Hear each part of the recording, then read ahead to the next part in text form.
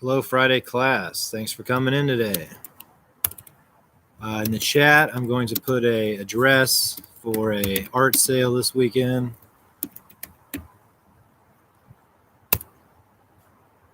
I'm going to have some things in the art sale, so you can go check those out. There'll be other stuff there too. It's right by the Costco that's on Morena, so if you need to get some shopping done, that could be good too. BJ, thanks for coming in.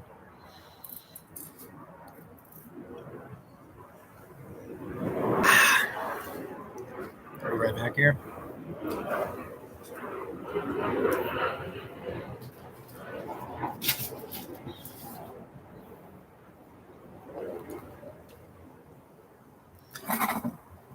All right. Melissa, thanks for coming in.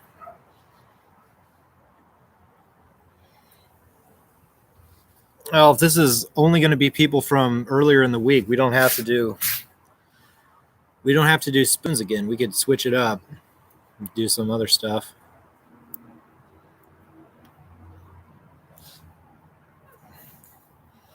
You guys have seen me do the spoons at this point. Forks, yeah, exactly. Some sporks.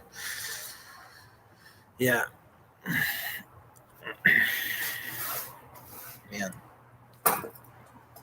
Play forks, that could be I feel like you could get away with some like spork kind of stuff.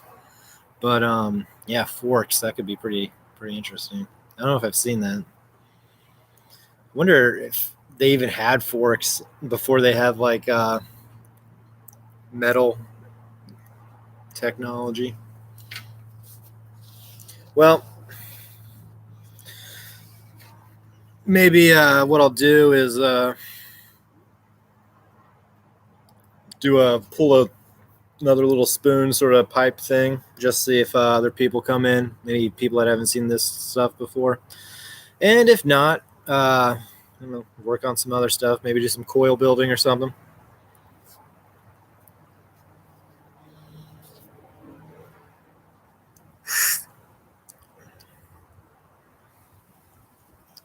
Thank you, sir. May I have another?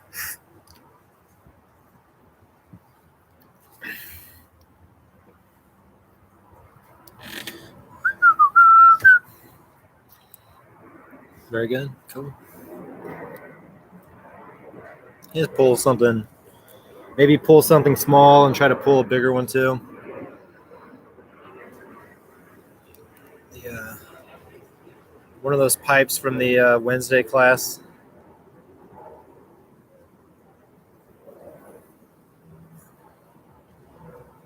I mean, I guess it's getting close on time now, but theoretically, I bet those would be a big hit at Christmas time. Maybe for Christmas 2021 or something. Christmas 2021. Los Angeles is in ruins. New York has been destroyed. Kurt Russell is Santa Claus. Christmas 2021.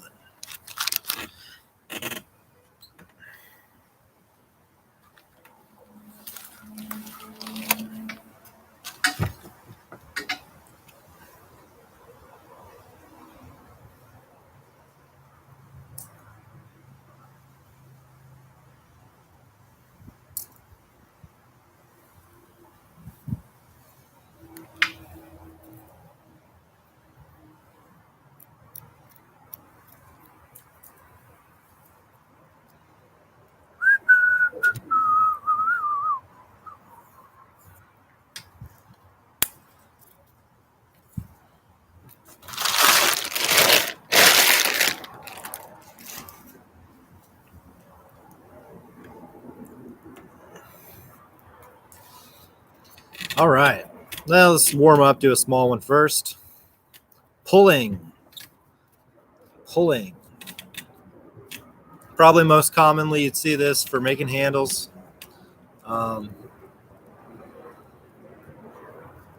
but this is a good project to practice pulling, especially if this is going to be your first attempt at it. Because that way you don't have to try to connect it to a piece. You can kind of get a feel for the technique.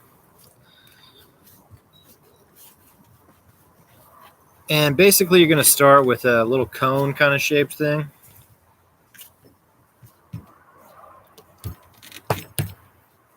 Doesn't have to be perfect. As much as possible, it'd be nice if it was smooth, though. If there's like undulations in the surface, unevenness, as you pull this, your hand will kind of bump into those and possibly exacerbate them. So you kind of want to make sure it's relatively smooth.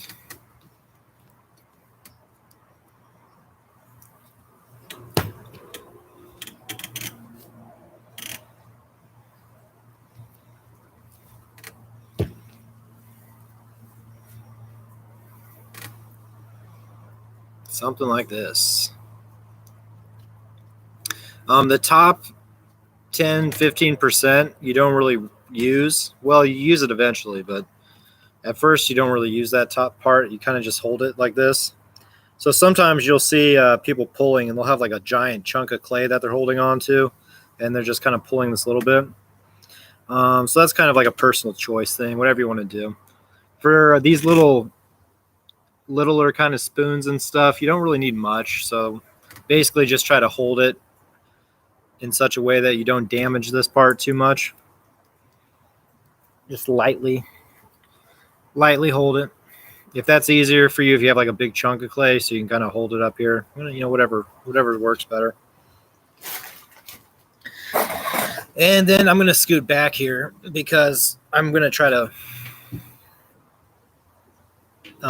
keep my water off my canvas kind of. When you pull your clay, you're going to need to, you'll need the cone of clay, you'll need water, and then you'll probably either need to do this outside or the other thing you'll see a lot of people do is they'll put a big bowl in the sink and they'll do it over the sink because you need to be able to get water and also collect water at the same time. So you'll see that. But basically, you kind of use a whole lot of water and it kind of gets everywhere. So that's just something you got to kind of plan for a little bit. Oh, thanks, Tim. So that's kind of something you just got to plan for kind of. Shouldn't be too big of a deal, but just some thoughts there. If I do it on top of the canvas, I get the canvas so wet that it's not usable for the rest of class. So it's kind of a pain. And then you're going to want to take any rings or anything like that off your hands. I have some cuts on my thumb, so I have to leave this on, but it's very not ideal. Like this stupid thing there will just leave. It'll gouge the clay as I'm doing it, unfortunately. So I'll show you that. But really, you don't want to have anything on your hands. So get this wet, get your hands wet. I got to angle this up, I think. And you'll notice here, I'm going to hold the piece up probably about like this, kind of closer to eye level. Angle it up a little bit more. And basically, you're going to hold it with your left hand, or if you're left-handed, your right hand. And with your right hand, you're going to be gripping the clay up here below your hand, below your left hand, just a little bit below. And you're going to be kind of gripping it and circling it and then pulling it and kind of squeezing it in a little bit too, because you're going to try to kind of collect a little bit of clay up there and then pull it down into the rest of the cone.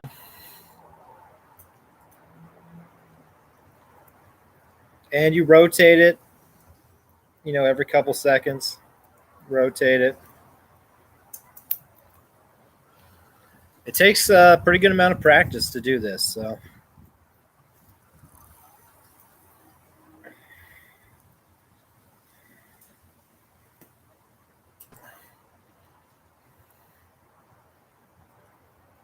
So yeah, you'll see these like gouges, those lines in the clay. That's from my finger condom. So that's why you don't want to have anything on your fingers when you're doing this, like rings or anything like that.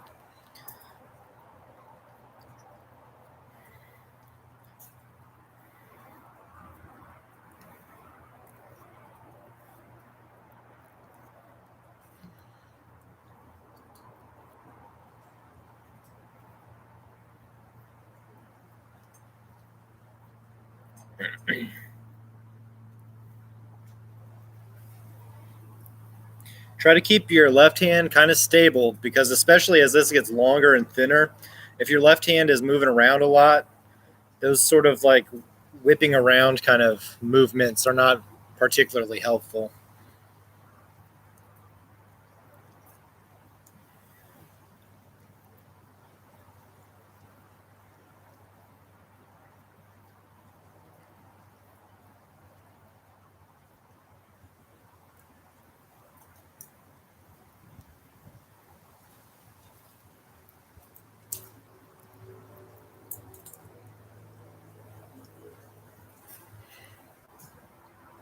So in the case of the little or smaller kind of pipe forms, this is probably pretty much the where you're going to be done.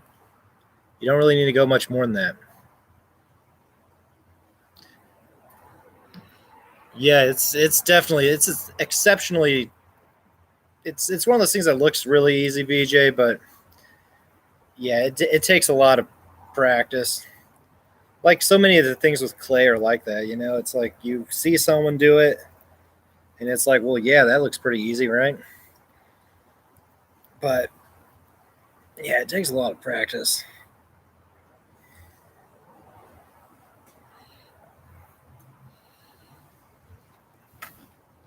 So basically, if you're gonna make a smaller spoon or like the pipe kind of form, that's pretty much it. You're gonna set that over here and let that stiffen up, just straight up and down,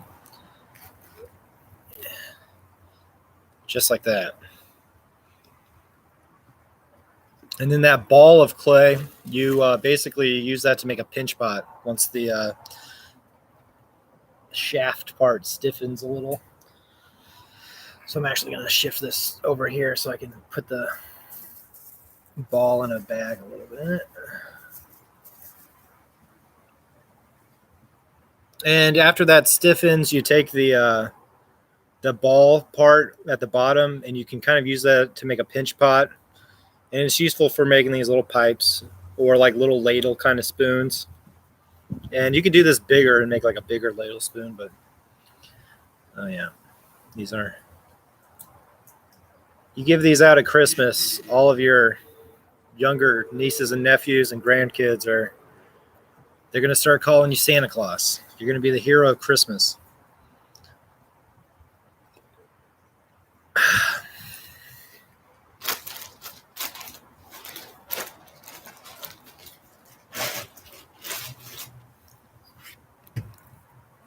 Okay, let's see if we can do a bigger one. A bigger one.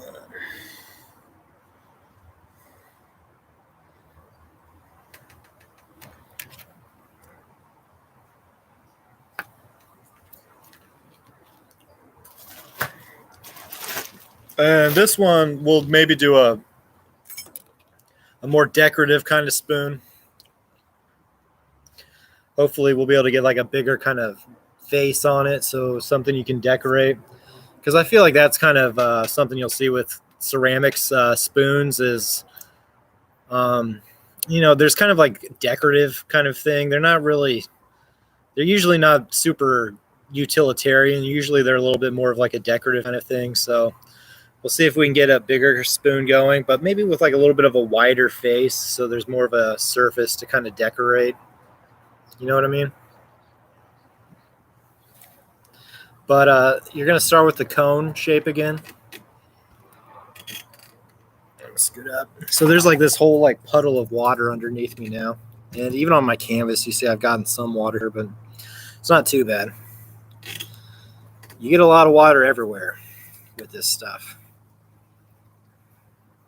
I mean, probably a lot of people who hand build with clay, part of the reason that we hand build is because we don't like how messy wheel throwing and stuff like that is. So this technique is a little bit of a, it's like a little bit of like, I don't want to, it gets all messy. I don't want to do it. You know what I mean?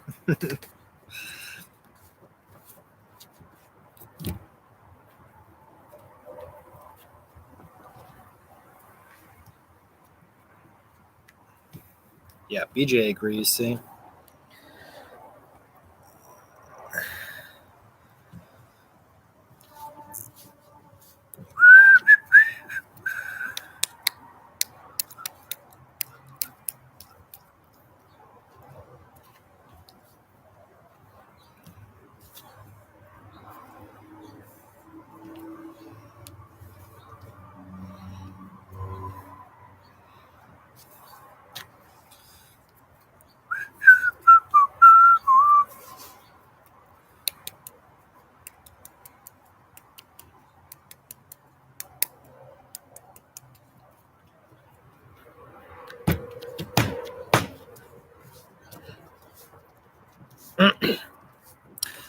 This is Old Joe's Red clay that I'm using here.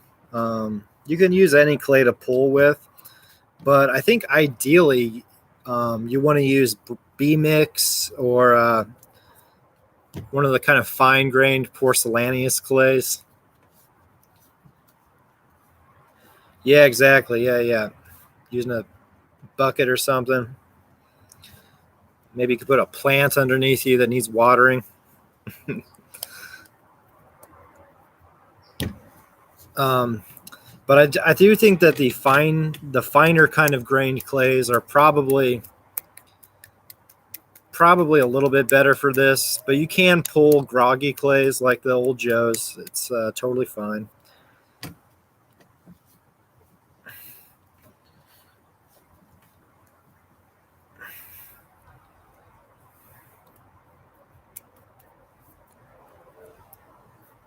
Okay, so let's see. We got another cone here. So this time, basically, the only difference here will be a little bit bigger. And then also, after we pull it to an okay length, we're going to do a kind of like a thing where we try to flatten it a little bit, try to give it a little bit more of a belt or like a strap kind of thing going on. So, but it'll be the same general kind of technique. So we'll see if I get this one. Like I said, this, it can take an attempt, just one or two attempts till you get something that you're happy with this. So, it might take me, I might not get this the first attempt. Just to prepare you for Superman's failures here. Just kidding. Okay, let's go back again, try to keep my canvas dry.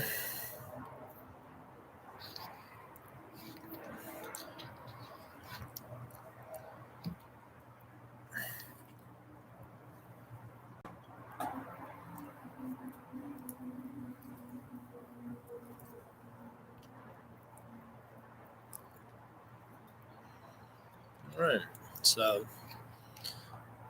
yes.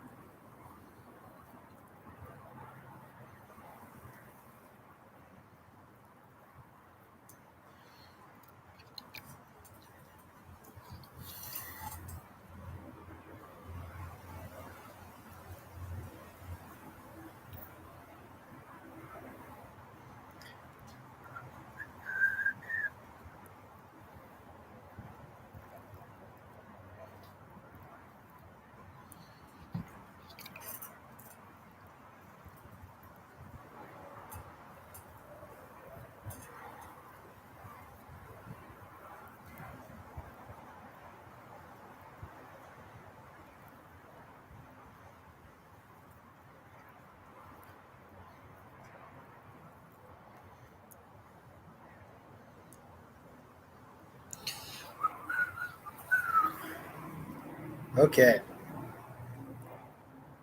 So at this stage, I'm going to start doing a little bit more of this sort of pulling. And this is about kind of trying to form this into more of a belt kind of strap shape.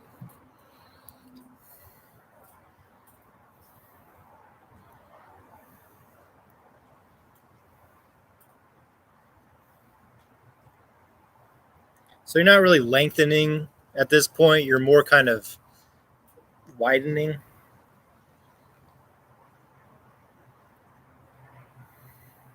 Need this to be nice and wet though. Still needs to be really lubricated.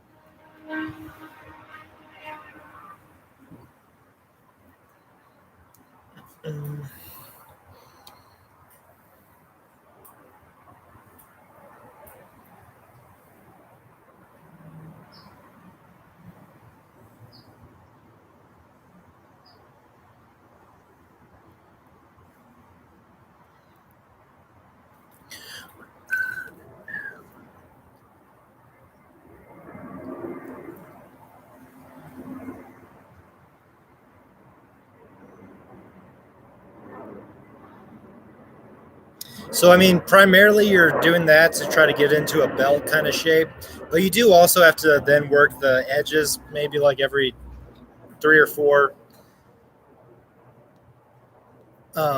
passes. So you'll do maybe like 3 like that, and then maybe do 1 or 2 where you work the edges just to keep them nice and tight, compressed.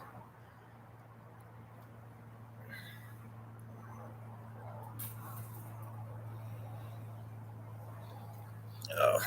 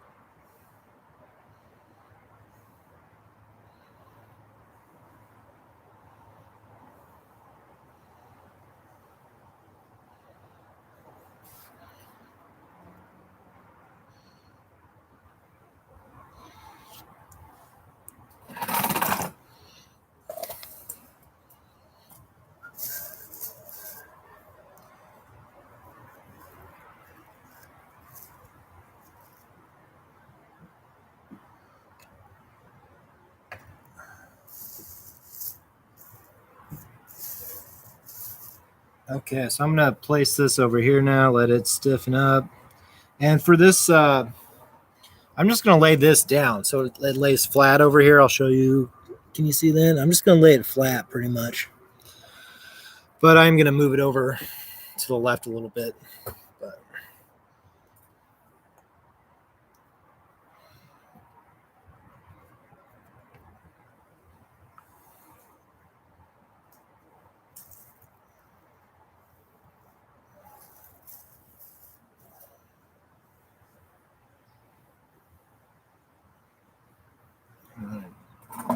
so we let those dry a little bit and go from there.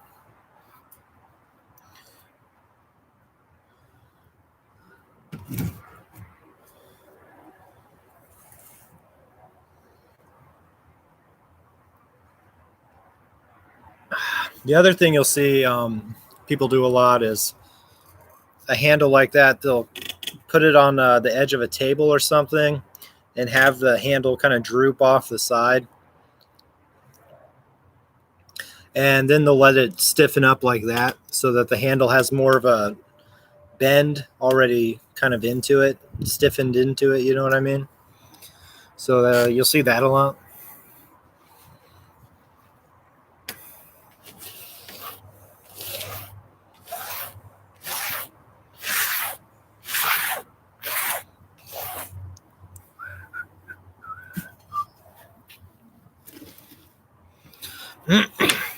um, you will also see people make spoons from slab building, and that's also totally viable. The slab build spoons are, I would say that maybe you're going to be a little bit more limited in size. Like you'll need to stay like under the kind of 6-inch kind of length, just because slabs don't really necessarily have a whole lot of strength um, like that. But you can still do some slab spoons. So I'll roll out a little slab here, do another spoon, and basically with the spoons, you let them stiffen up, and then you can kind of bevel the edges off the bottom. You see that bevel I'm doing there, cutting it at an edge, cutting the edge off so it has an angle to it. And then these look all right too. But similar thing here. I mean, you're probably going to usually see these as being kind of decorative.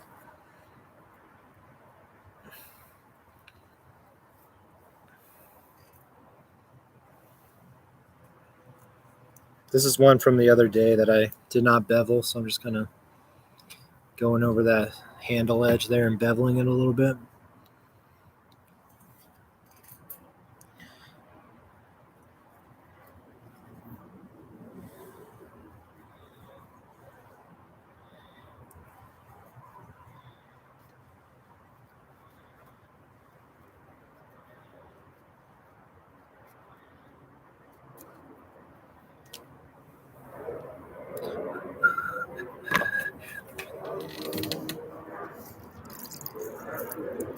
Yeah, natural kind of curve, I guess, of from draping it over the edge. Yeah, for sure, BJ.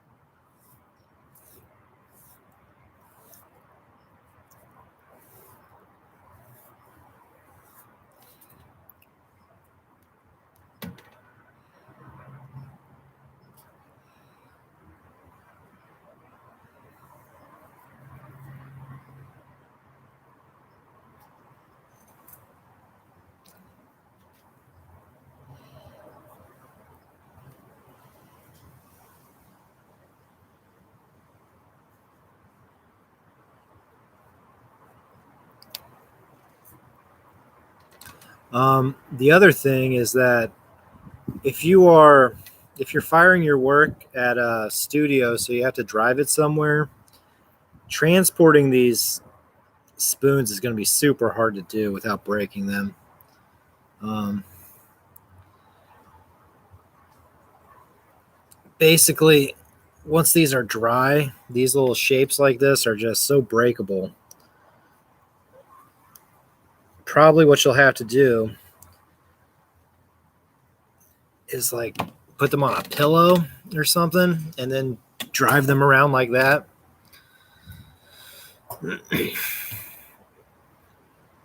But yeah, I mean, transporting these little spoon kind of forms is kind of in and of itself going to be a challenge. That's just kind of how it is with clay. You think you figured one thing out, and then that's how it is.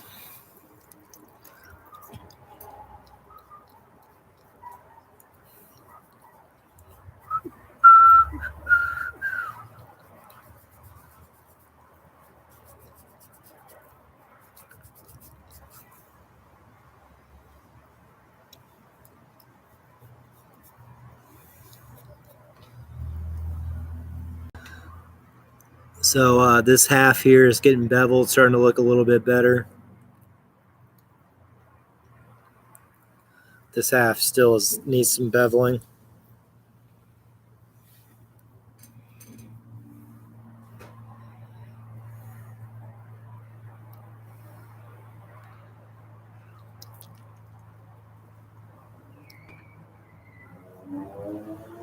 Um, and I'll send you a link to a video where they demonstrate pulling handles where like you attach the handle to your cylinder, like your cup, your cylinder, and it literally has like the chunk of clay stuck to it, and people pull off of uh, off of that, which frankly I've never done, but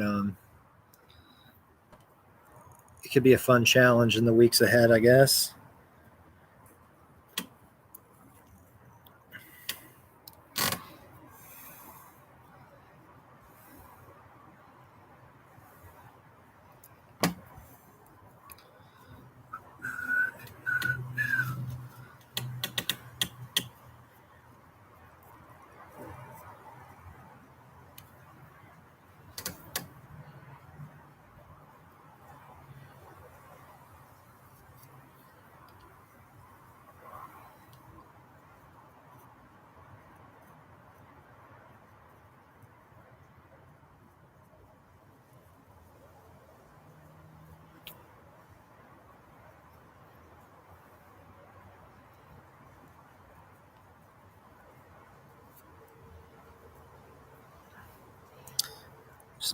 Beveling this spoon here. Thanks for bearing with me. This is the sort of thing that you really need to do before the clay gets too stiff, because these are so breakable that if the clay dries too much, it's going to fight me as I bevel it, and it's just going to break on the handle. So I got to do this while it's, it's still kind of cuttable here. It's like leather hard, mature leather hard stage of dryness. So it's going to start moving into the greenware territory before too long here.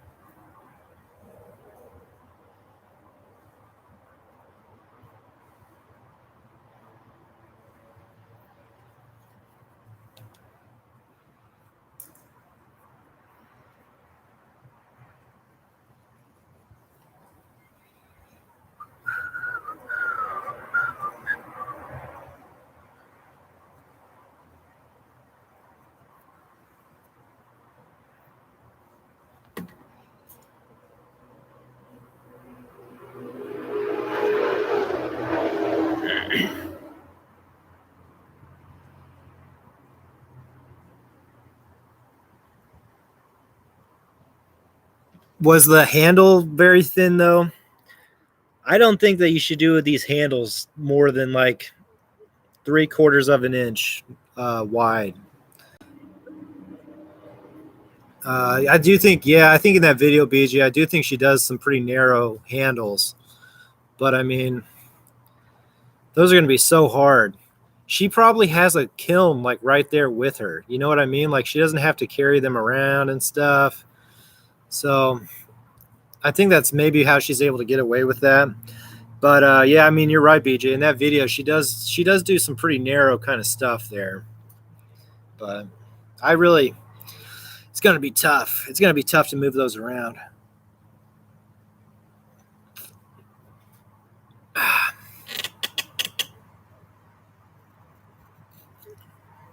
Thanks, Connie.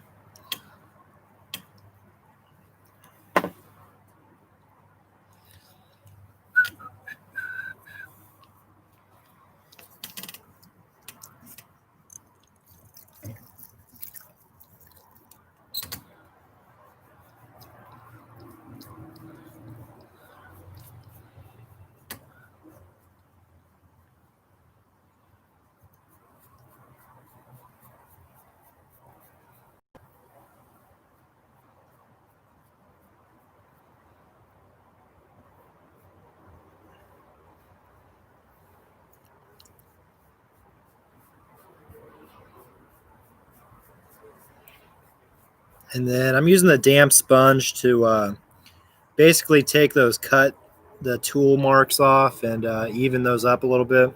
Unfortunately, this does leave the surface of the spoon very groggy. And that probably means that what you'll have to do is either some light burnishing, although that's going to be dicey, or terracige on these spoons is also probably another good idea.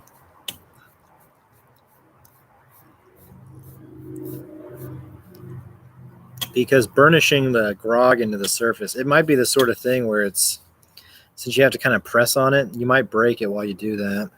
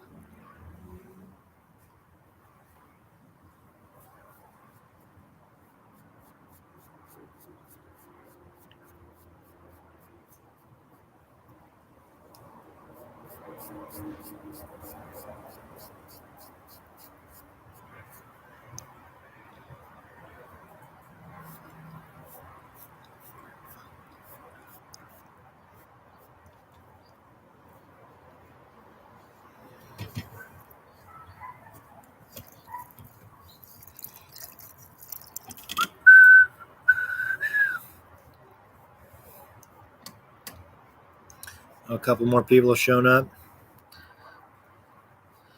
Guys, at the very front of the chat, I put in an address for a art sale tomorrow morning. 4455 Morena Boulevard is the address. If it doesn't show up at the top of the chat for you, 4455 Morena Boulevard. It's right by the Costco that's on Morena. It's like an office park looking thing. And there's just going to be a little art sale there in the parking lot. So if you're over in that area, you want to swing by tomorrow morning. I'm going to have some stuff in there too. Unfortunately, I'm not going to have any of these pipes. I mean, if I had these pipes in there, geez, I could probably quit this job.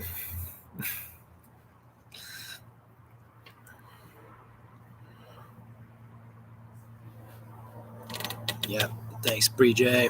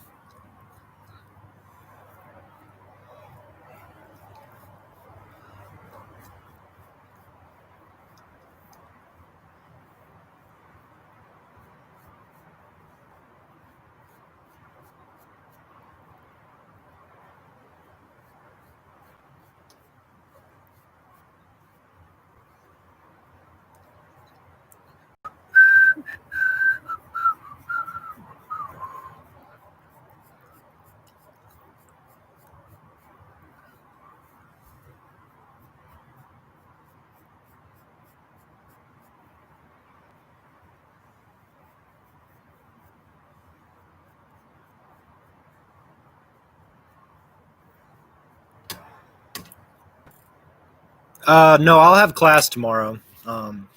Yeah, I'm not going to be there, but I'm going to have stuff there. Yeah.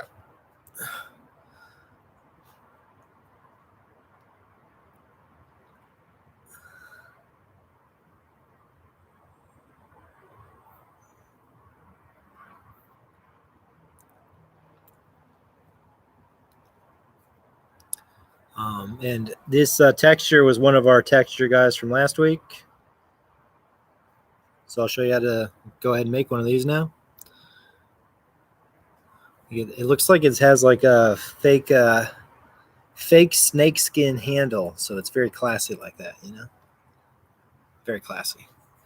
Some Anna Winter or whatever, Glamour magazine. Is that Devil Wears Prada sort of stuff?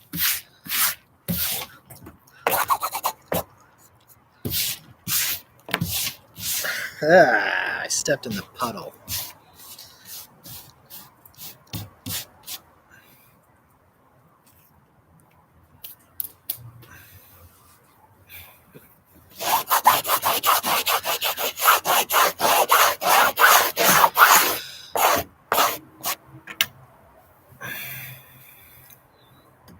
Some 80s. If we could glaze that with some day glow colors.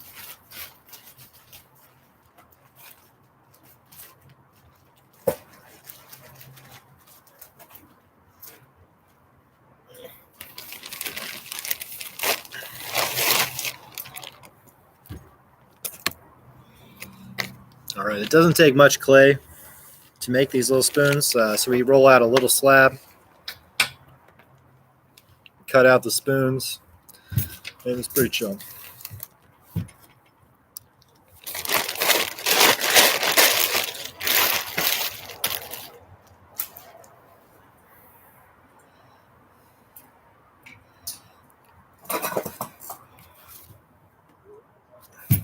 Yeah, exactly. I did a much better job today of keeping my canvas dry.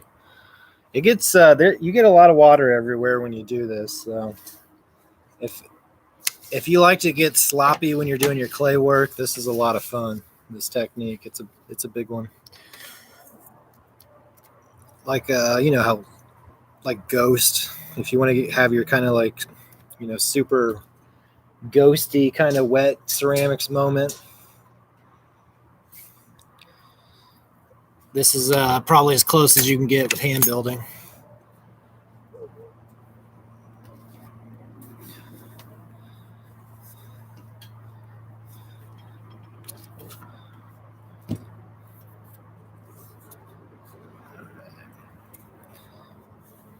Oh yeah, I forgot we need that. So the spoon slab needs to be thicker than 1/4 of an inch. The paint mixing sticks are 1/4 of an inch thick. And I would recommend the spoons that you do from slabs. You probably want a slightly thicker slab, like 3/8 of an inch. So that's just like a little bit thicker than 1/4 of an inch.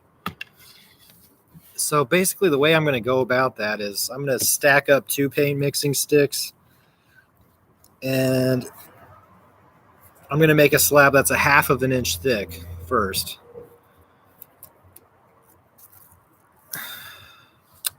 Oh, can I get one spoon on here?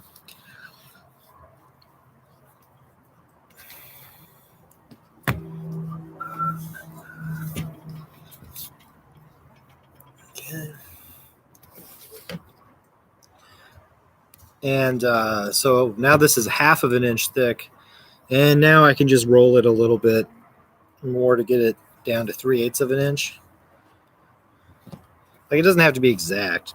And, if you have something that is 3/8 of an inch exactly, you can do that. But it's not important that it be exact, just that it be a little bit thicker than usual so that hopefully it survives.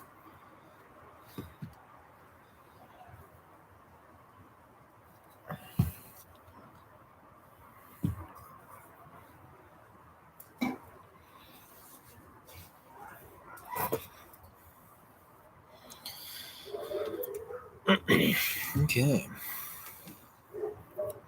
Now, ideally, I want to be able to get 2 spoons on this, and it'll be tight. We'll see. I think we can get 2 on here, though. So I'm going to compress the slab with my wooden rib tool and some water.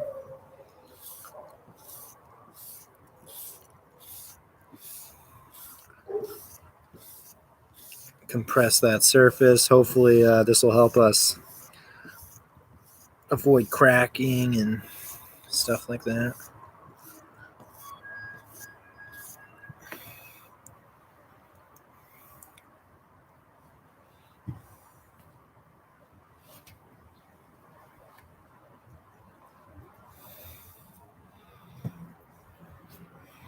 And you can do both sides if you want. At least do one side.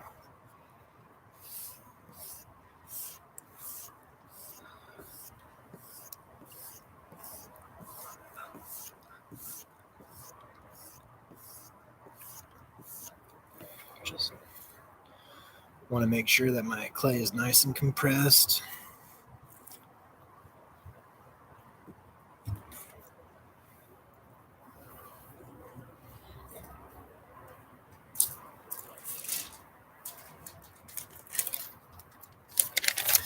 And the spoon template, like pretty much like all the templates we do in this class, whenever you need a shape that's symmetrical, and symmetrical just means that it's like that. You fold a sheet of notebook paper in half. And there's some kind of extra crap on here you can rip off. You fold it in half like this.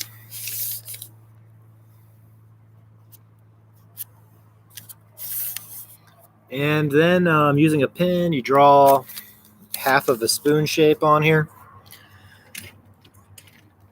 On the folded side, the folded edge side.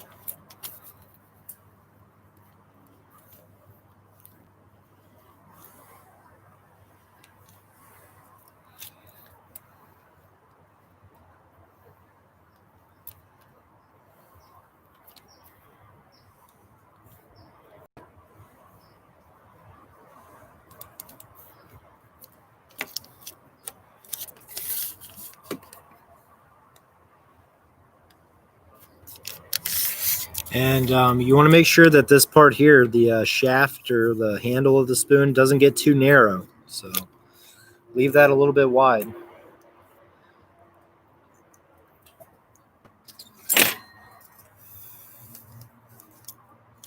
And then we cut it out.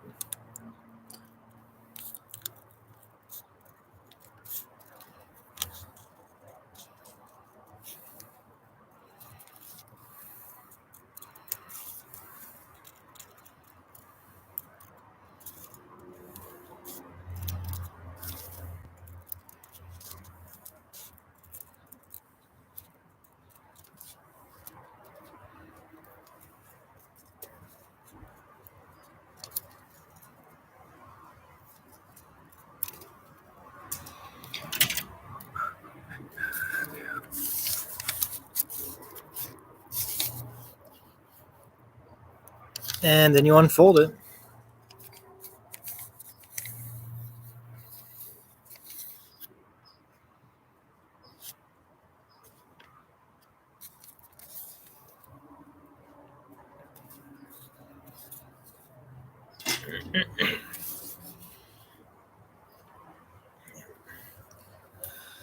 So these handles are 3/4 of an inch wide. The handles I'm doing 3/4 of an inch, and as far as I can tell, I would recommend that you stay somewhere in that neighborhood. You don't go thinner than that. It's just going to become really breakable the thinner you are on that handle. And the spoon part here is 2 inches wide. I did a little thingy on the handle part.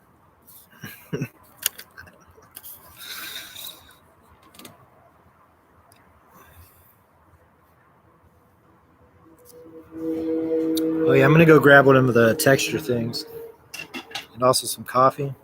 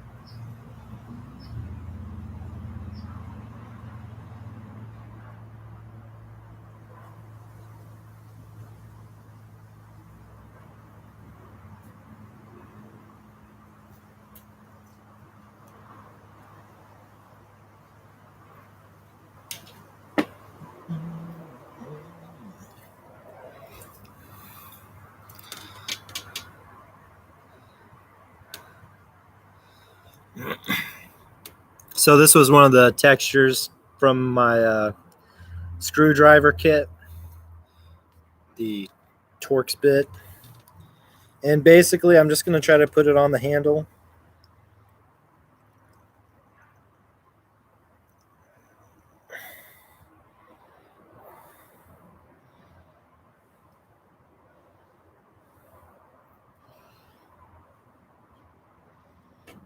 These textures, ideally you fire these before you use them, but you can kind of use them when they're dry. I mean, they get damaged and stuff like that, but it's not like this took too long to make, so you could kind of, if in this situation with firing, if you want to just make those and use them without firing them, I think that's okay.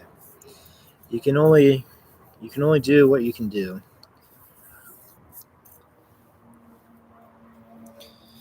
If sounded like a berry there.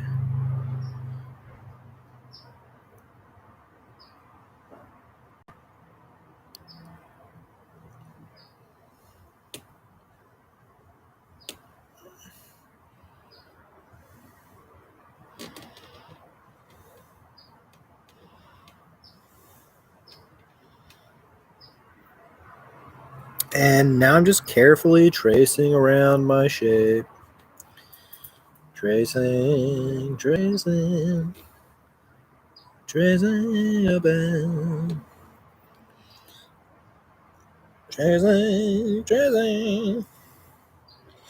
Tracing a spoon.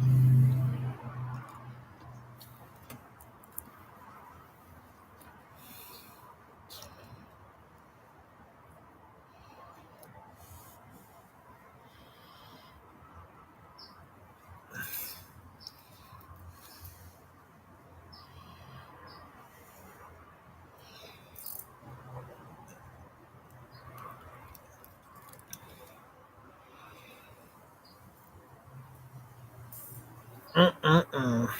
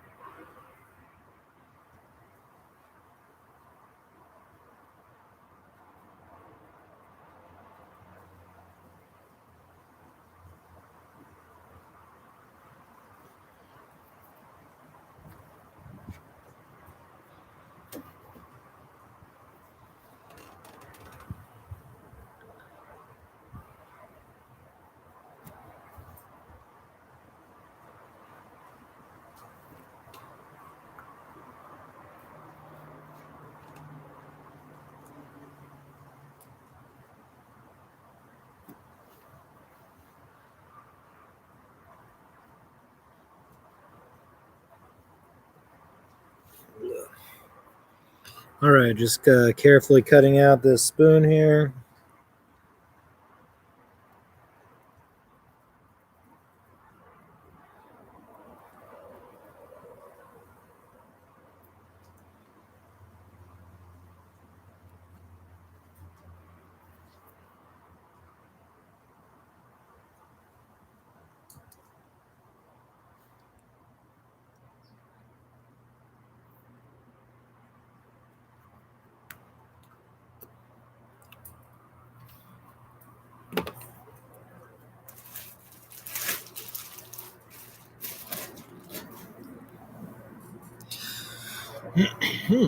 Okay, so basically what you do here is go ahead and pull your spoon shape off.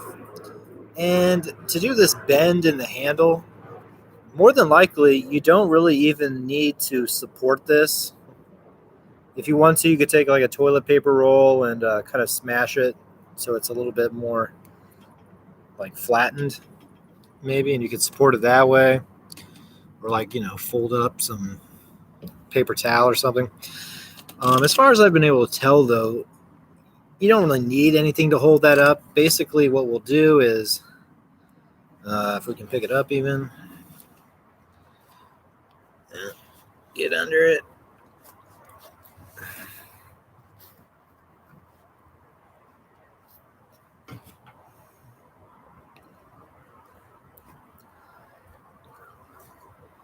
Okay. Come on. Let me pick you up.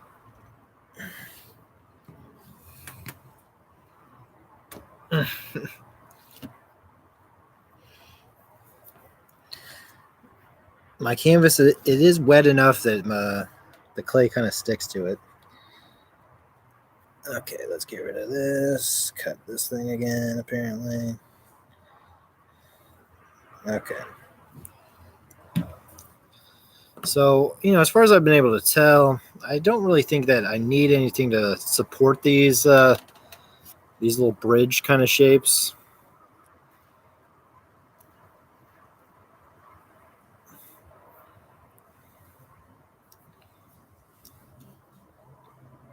As far as I've been kind of noticing, these will a little bit support themselves. So basically, kind of get it bent the way you like. And then in my case, I'm going to kind of support it up against my computer stand. Like that.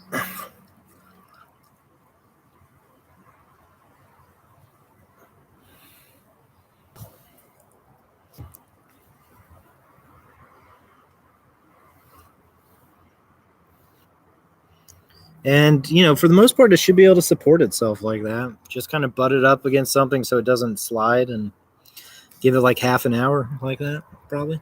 About 30 minutes.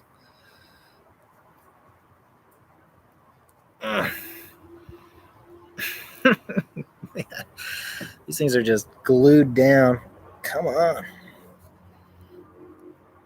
Really try to bend the clay and stuff like that as little as possible, because the handle, every time you bend it, is just going to be little fractures and stuff like that are going to form, and eventually those are going to be enough to ruin Christmas.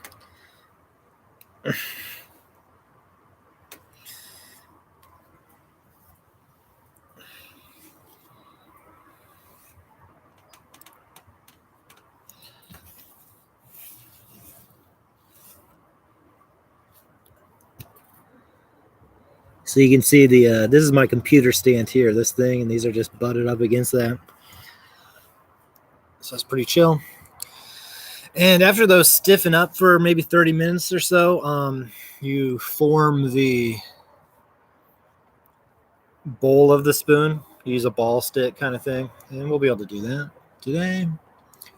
And also, you do the beveling thing I was doing earlier. So I'm gonna bevel this one here because this one needs to get beveled also.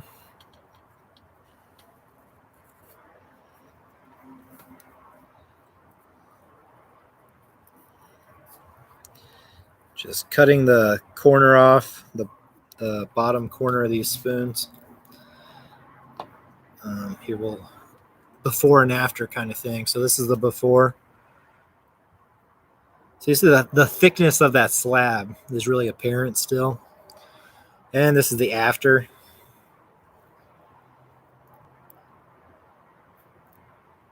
So it's still the same thickness. It's just you take those corners off.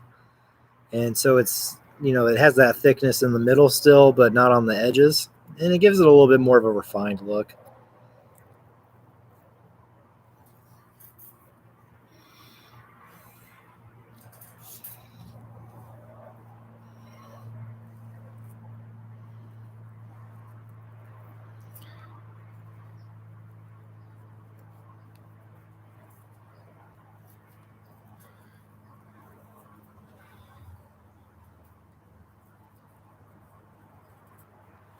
Got to be really careful holding these, though. The whole time you're holding these now is just basically you try not to break it. This is wet clay in the save.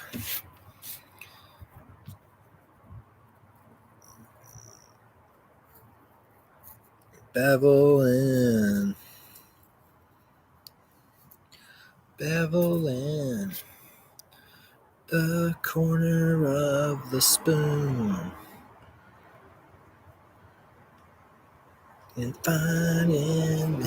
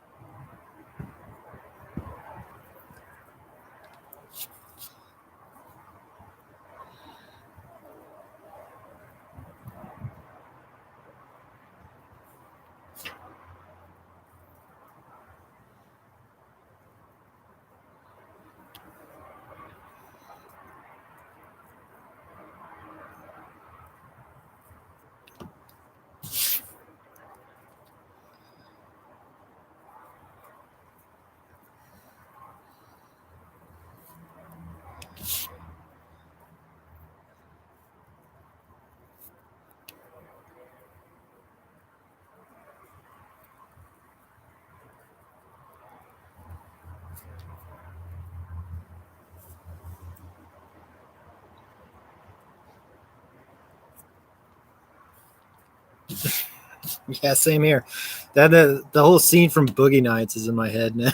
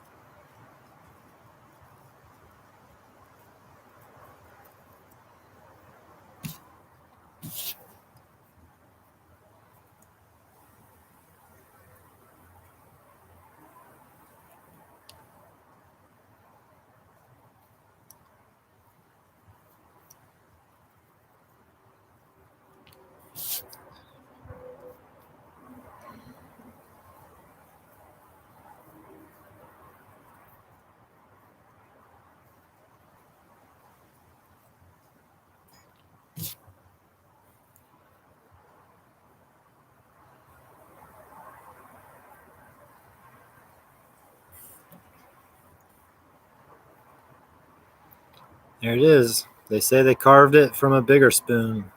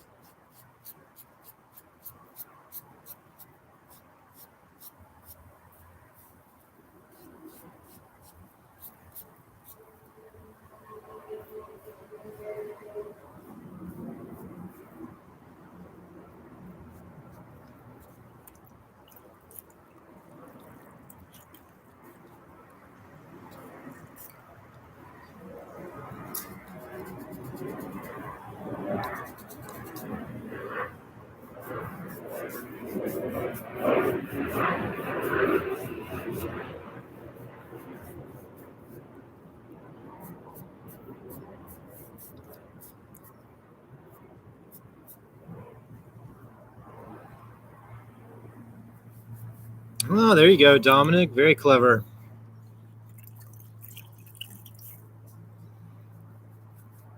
That's a good idea. Yeah, yeah. padded basket of some kind.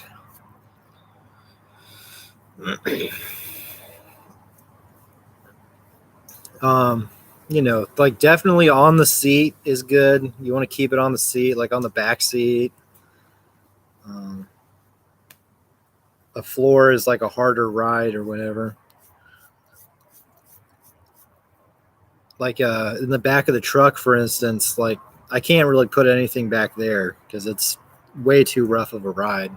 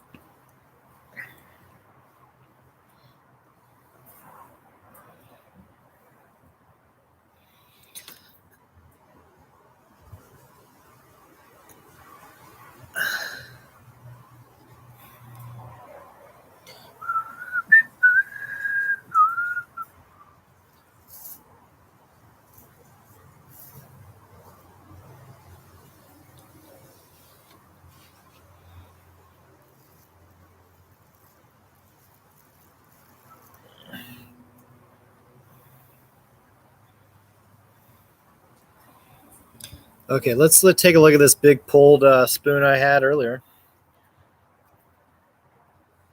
I want to take this ball at the top and I want to start flattening it and turning it into a disc.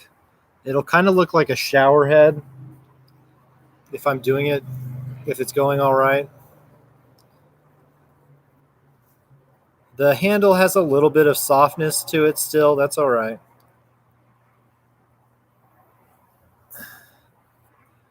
So I'm just going to cut off that corner there, kind of bevel the top. Thanks, BJ.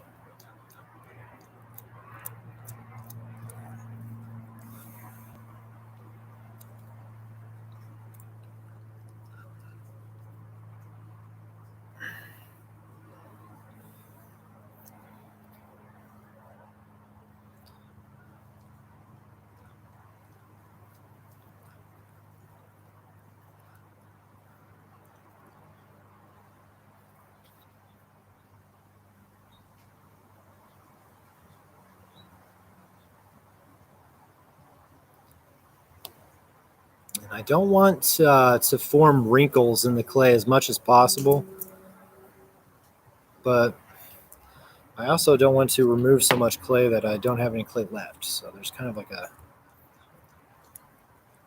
little bit of a balancing act here. Raise this up a touch.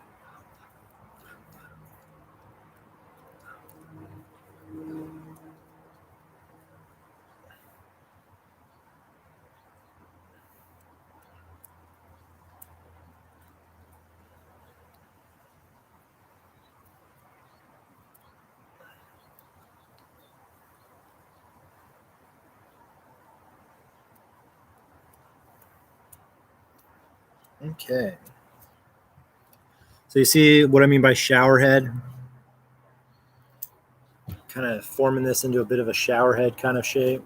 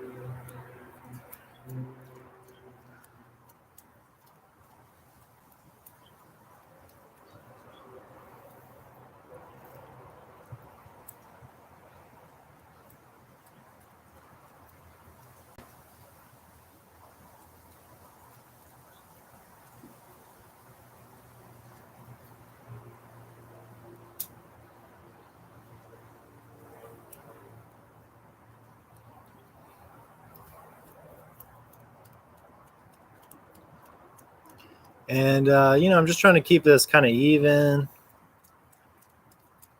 Basically, just trying to pinch this into a kind of shower head looking thing as evenly as I can.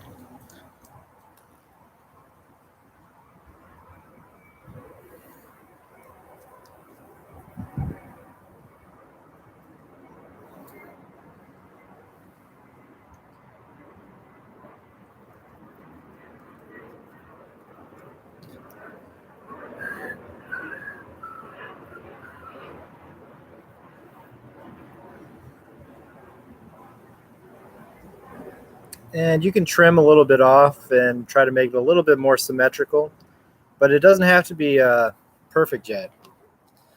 This is kind of just like a preliminary shaping.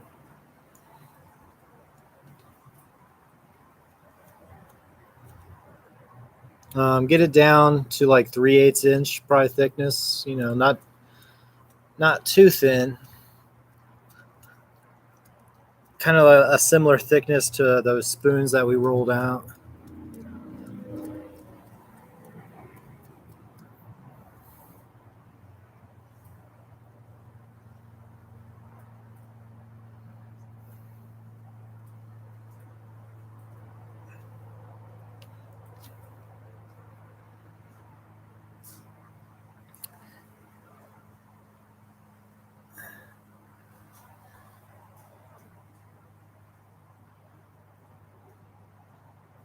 Yeah, I'm trying to keep this one kind of flat, kind of like a paddle, like a rice paddle kind of thing.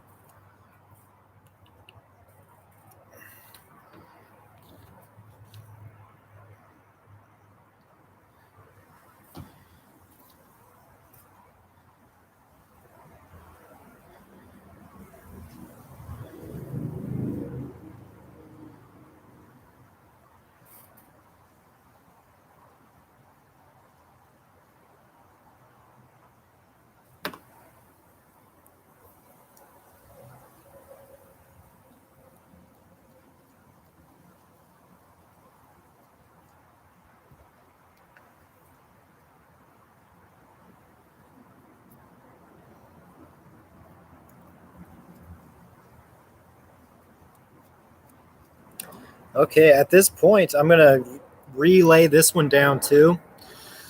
And if you want to put any sort of shape into this handle, this is when you're going to do that. So if you want to do a bend, kind of like what we did on those guys down there, this is when you got to do that. Oh God, can I straighten this back out one-handed?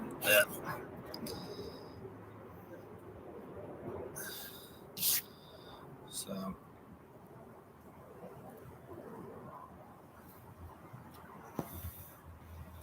now this handle's long enough that you may need to put a support under this one if you want to shape it. Those short ones are, you can kind of get away with not doing that. Yeah, I don't know if I can get like a subtle bend on this without supporting it. So I'm just not going to do that. I'm going to just leave it.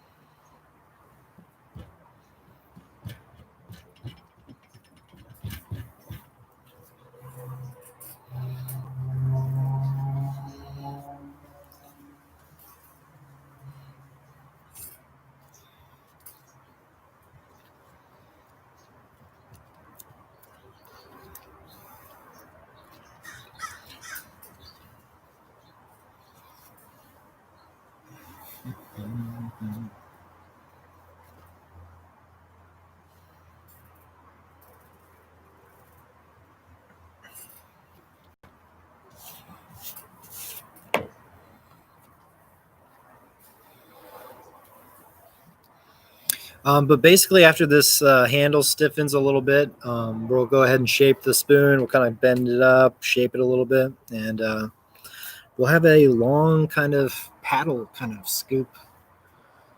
Probably before too long here.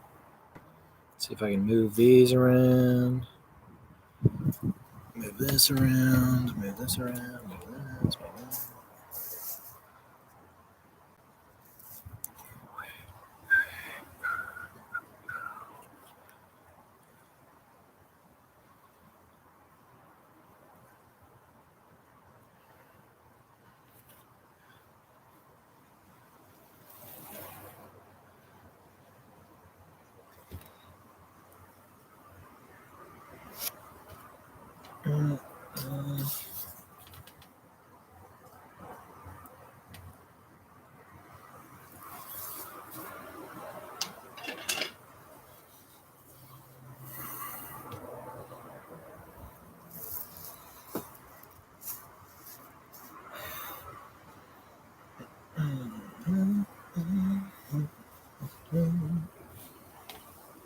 Okay.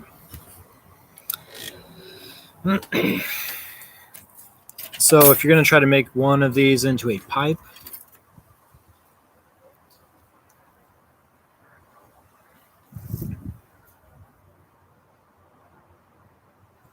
this is, I think, an eighth of an inch wide, this tube.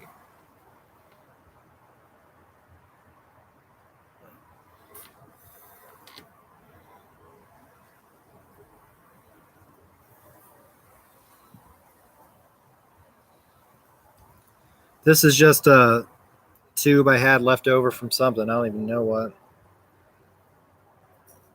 And it's, this is kind of challenging to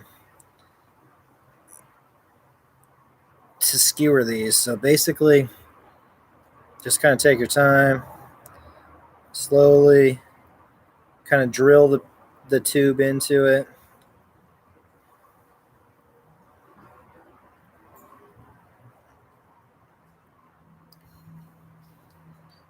If you notice that you're going in at an angle, go ahead and pull it out and go back in.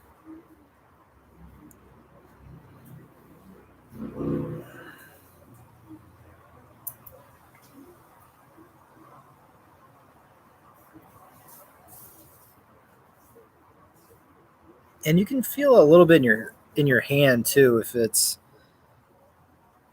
starts to get too close to one side or anything like that. Sometimes you can tell, sometimes not. This is kind of a long shaft here. This is like longer than I've done yet, so it's easier when it's shorter.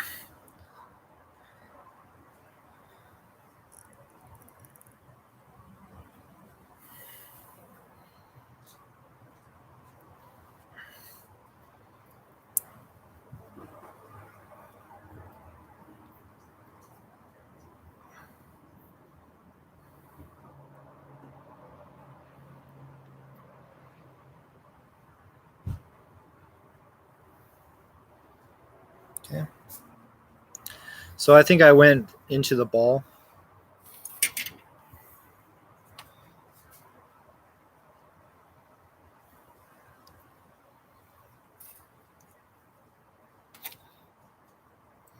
And this, this doesn't have to be a pipe. You can make the more ladle-y kind of spoons also from this exact technique. The spoons that have more of this sort of thing going on. Basically, we need to get this into a ball now and turn it into a pinch pot once we have it shaped into a ball. So the bigger rice paddle kind of spoon, we kind of flattened it and made it like a shower head. Well, this one we're going to try to basically do a pinch pot with this extra chunk of clay down here. And it looks like we have some excess, so I'm just going to trim off some of it because it doesn't take a whole lot here.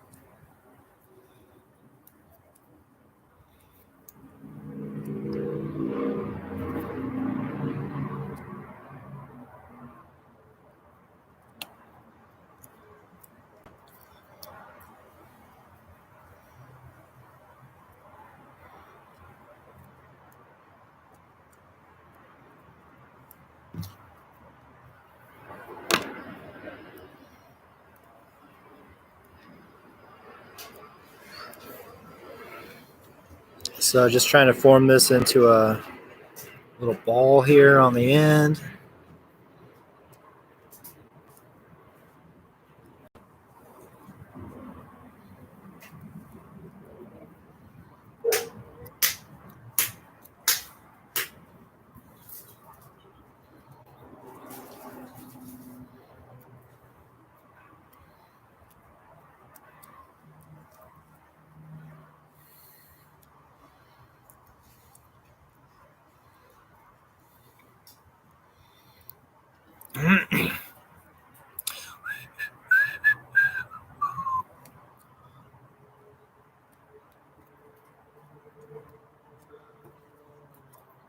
Very cool. And this is probably, honestly, this is probably still way more clay than we actually really need.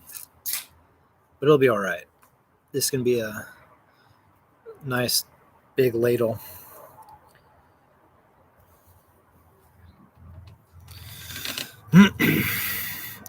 So once you have your ball kind of thing formed,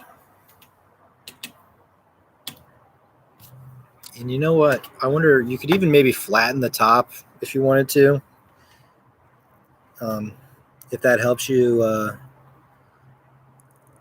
form these a little bit easier, you could flatten the top. And the way I would do that is make a line straight across it and then come back over.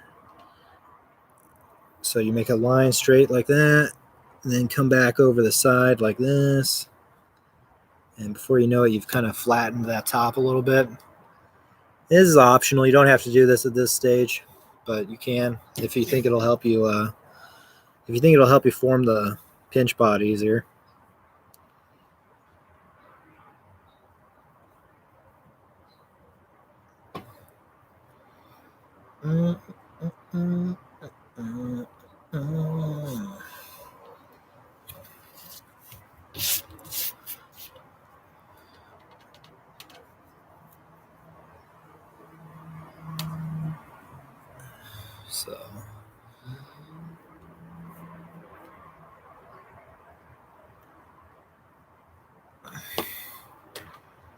So you're going to have something that looks like this. C'est une pipe.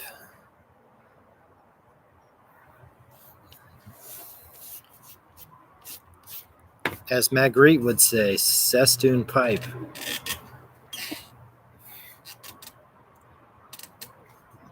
Oui, oui. Enchanté, c'est une pipe. Paris,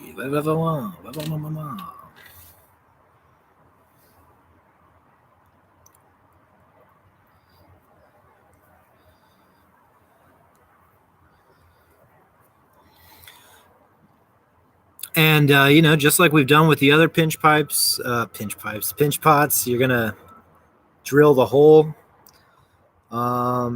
in the North Pole kind of region, and drill down. Leave yourself like a 1/4 of an inch at the bottom. Don't go all the way through, if possible. If possible, try to avoid that.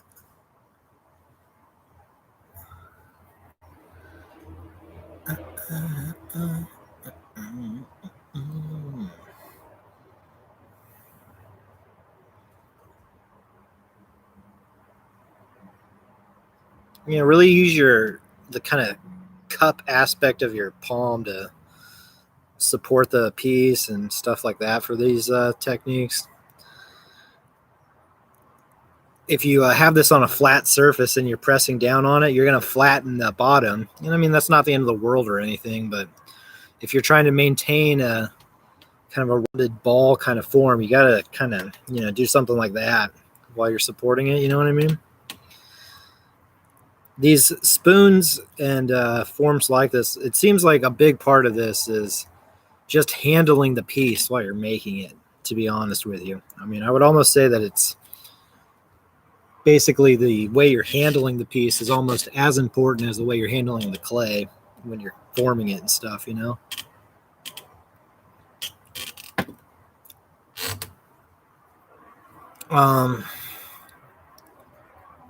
So you get your pinch pot looking thing. Let me see if I can set this down.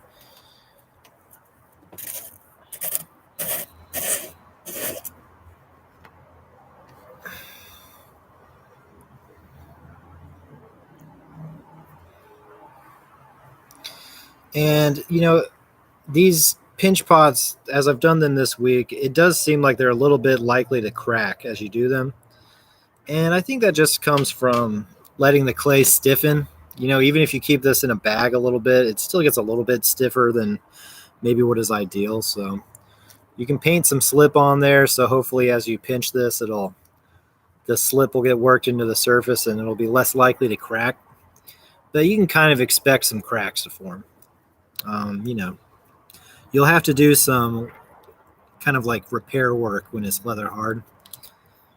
Some little coils and stuff like that on the edges and, stuff like that. Yeah, just like any pinch pot, though, you're going to start, pinching, rotating, pinching, rotating, pinching, rotating. And this is how you make the ladle kind of spoons, or, pipes, if you will.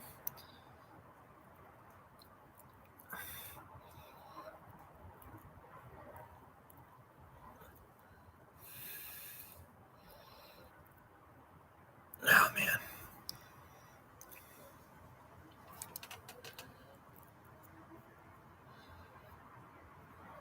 And, it really reminds me of like doing my teaching assistants and ships and stuff like that, because the undergrads, could you carve it out? Yeah, you could definitely carve it. I had a question if you could carve this out. And yeah, I think probably what you'd want to do, BJ, is you'd probably still want to stretch it a little bit, get it a little bit close, kind of maybe to this point. But then, yeah, you definitely could let this get leather hard and then use a little loop tool and scoop it out a bit. One of these little guys. I guess you could probably get the other, like the double-sided loop tool that comes in your toolkit. You could get that in here too. But yeah, that's definitely viable, BJ, 100%. You know, it just it really makes me nice and nostalgic though for watching the undergrad work and the 30-40% of work that's just pipes in undergrad classes. Those were the days, right? One of the kids would be like, "Where'd my pipe go? I fucking made it, blah, blah, blah." And then, you and the studio manager would be like, "Oh, I don't know. I haven't seen it." Wow. But, really, you just pocketed it. You're not supposed to make those. Damn kids.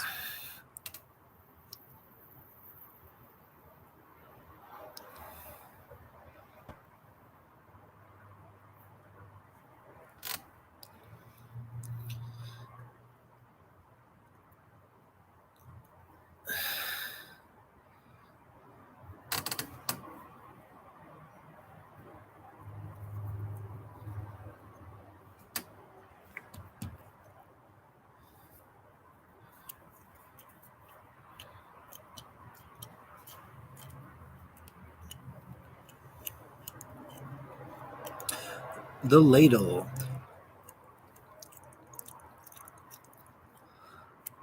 Yeah, this one's behaving pretty well. It's not cracking too bad. So, painting the slip on it, that definitely helps a little bit because when you pinch it, you work that slip into the surface kind of, and it kind of moistens it and also adds little tiny bits of wet clay into it and stuff. So, yeah, it's a viable technique there, painting that slip on.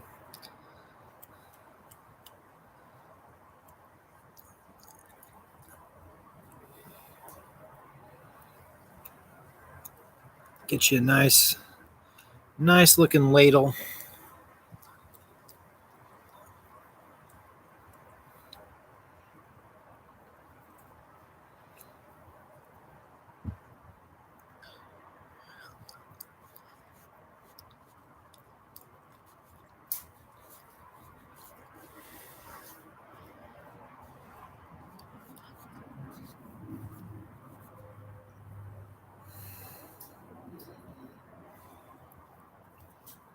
So yeah, you can see how big that gets. So you don't need a whole lot of clay to make it.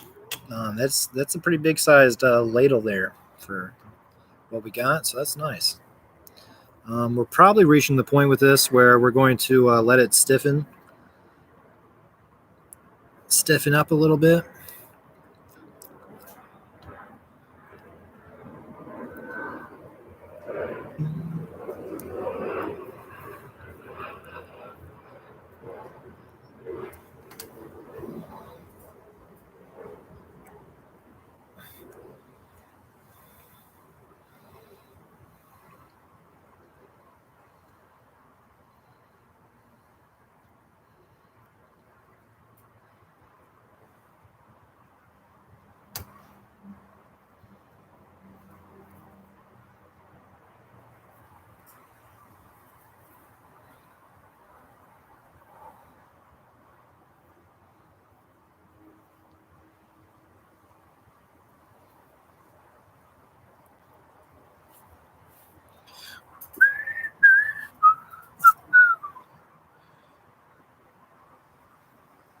And since we did that we did our little tube skewer thing earlier, theoretically that hole should be, whoa.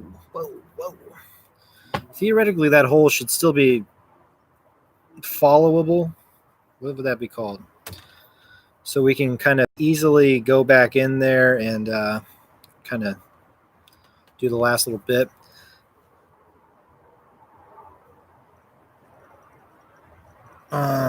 So obviously you don't need to do this if you're making the ladle. The ladle doesn't really need to have a hole running down the length of the shaft.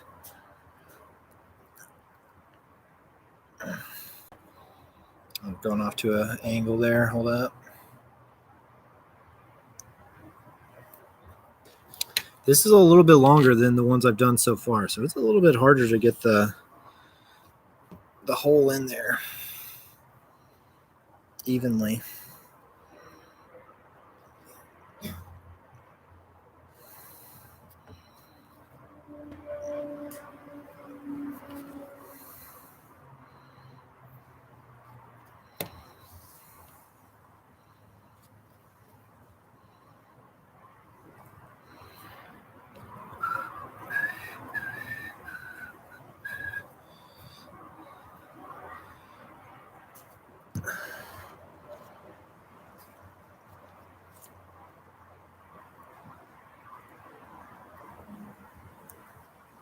Come on, I know you're close.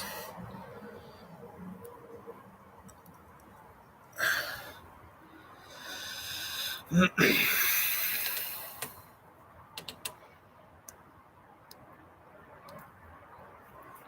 will say, from what I've noticed with these so far, it's really hard to kind of control where your hole comes through into the bowl.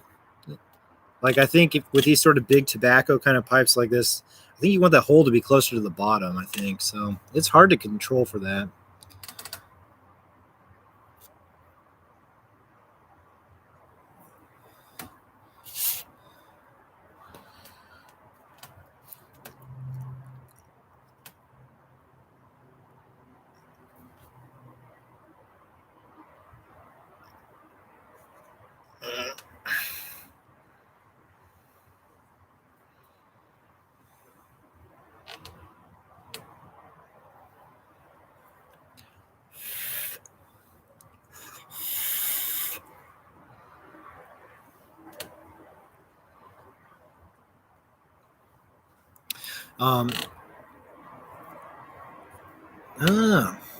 Well, I don't think I can get it out of the pipe right now, Bob. I think I have too much crammed in there.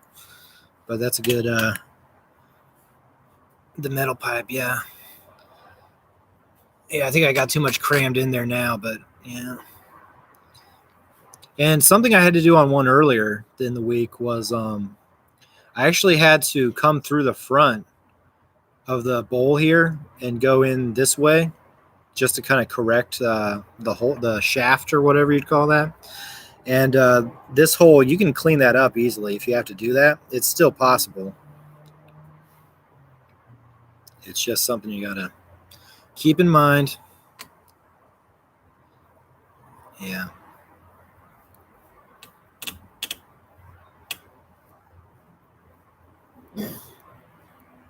Yeah, I think I gotta let the clay, some of that clay that's in the pipe, dry out or something, and then see if I can get it out. I think I got a lot in there now. After doing these all week.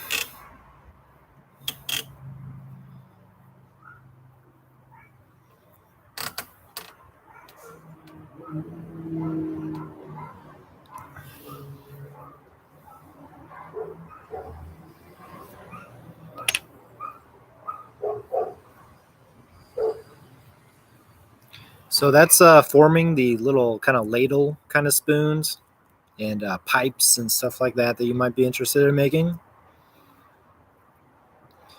At this point, you know, we didn't have too bad cracking on this, but usually when you do this, it seems like these get cracked a little bit worse than like normal pinch pipes or pinch pots.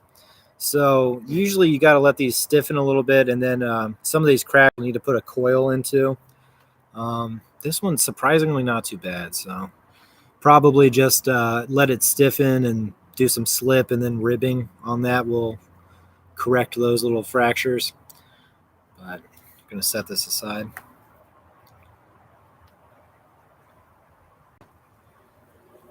Yeah, this one's...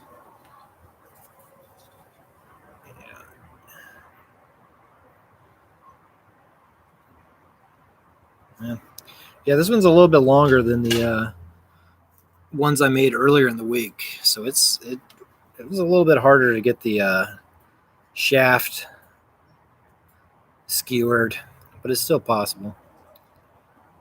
This is a little bit shorter and a lot easier to get that tube down there.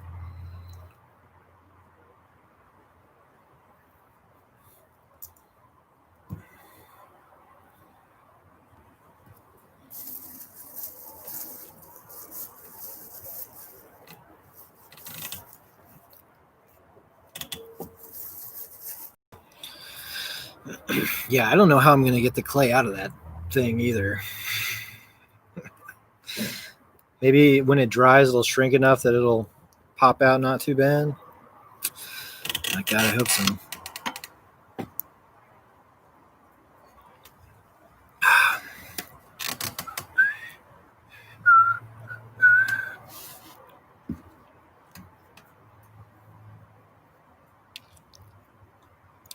Okay, so the bigger shower head,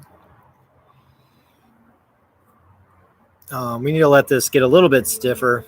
Basically, once the handle is a little bit more rigid, we can work on this one a little bit.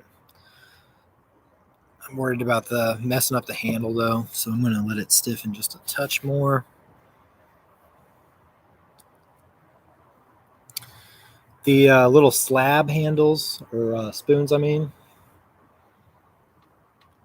I think they're stiff enough that we can move on with these. You know, you still need to really be careful with how you support them. You don't want to bend the handle because it still has some bend to it, so you got to be really careful about that. But the wooden ball stick is going to come in handy here.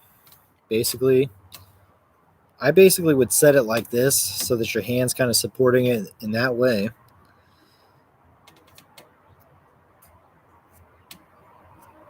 And then using the ball stick, just kind of start working that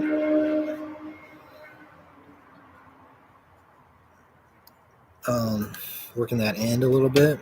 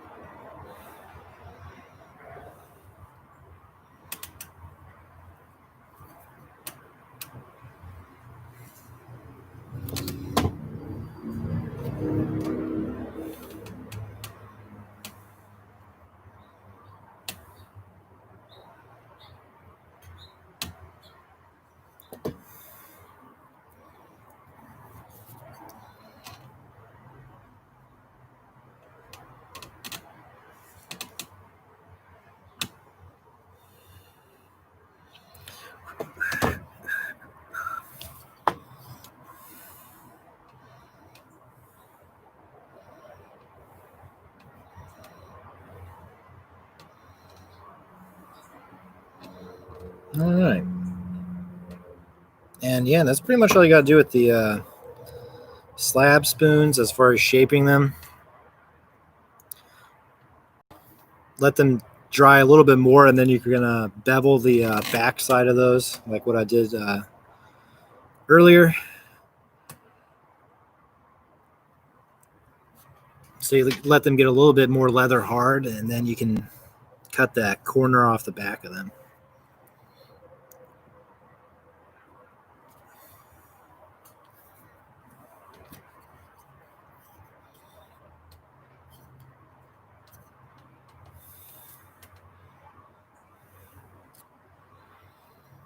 So kind of just using the kind of the basin of your hand, your palm, to your advantage.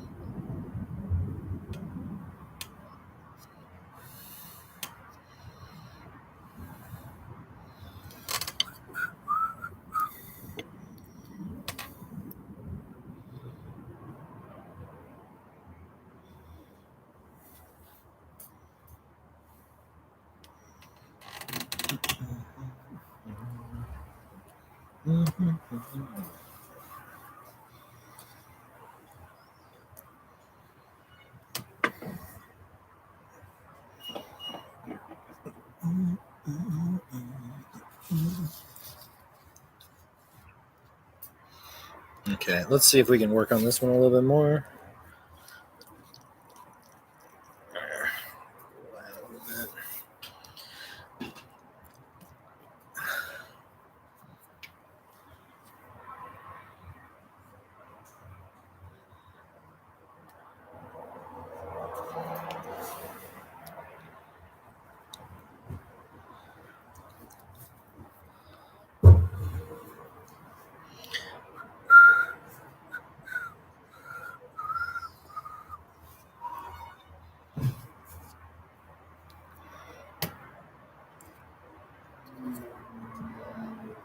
Yeah, I don't think the ball stick will come in handy on this one, unfortunately.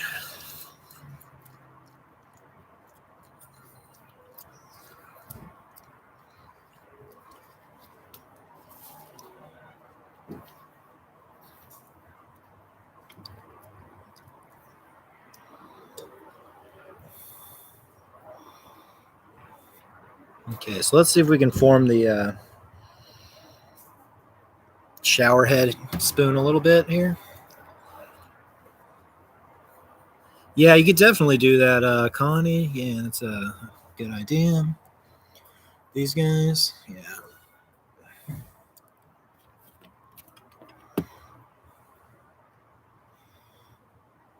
Yeah, you could definitely do that now. Probably just use either this thing again, or you could use your X-Acto knife and kind of skewer it through the handle. And, just try to make sure the hole is not too close to any edges or anything like that. Maybe I could do one on this guy here in a second.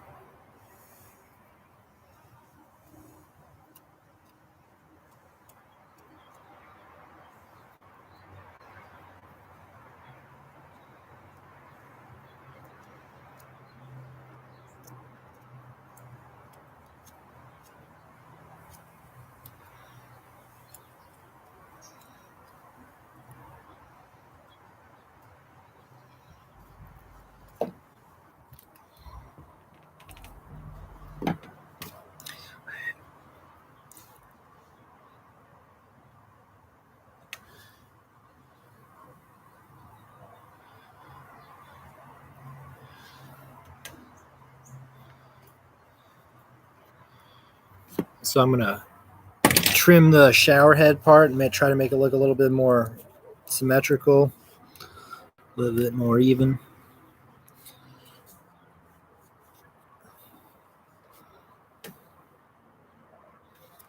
And I think ideally this handle would just be like maybe 1/4 of an inch wider.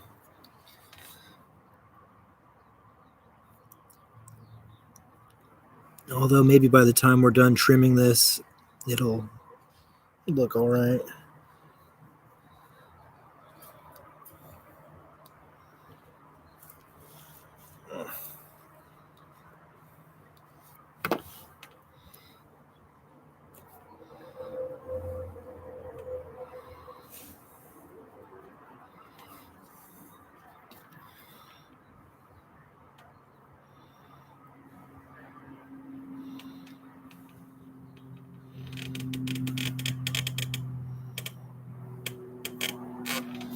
And I mean, unfortunately, the only way to do this at this point is just to kind of eyeball it and go from there.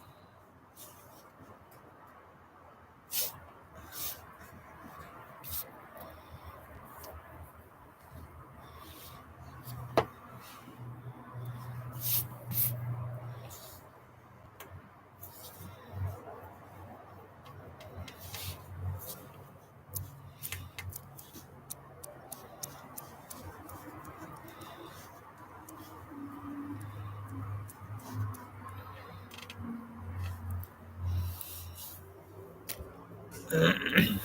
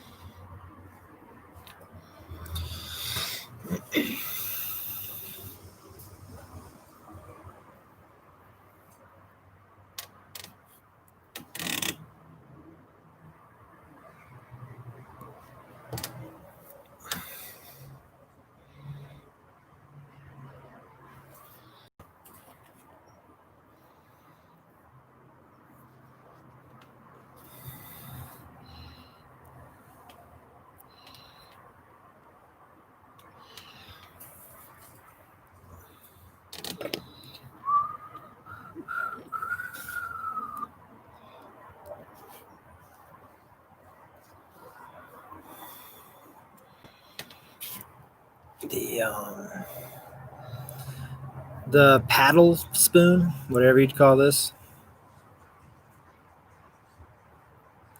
So you can kind of see how these are pretty good for decoration. You can like you can hang them with like a, I don't know what that's called, like the guitar kind of hanger looking things that are like that. But you can put like designs and stuff here, and it seems like that's something that is something people do with these large flat spoons like this.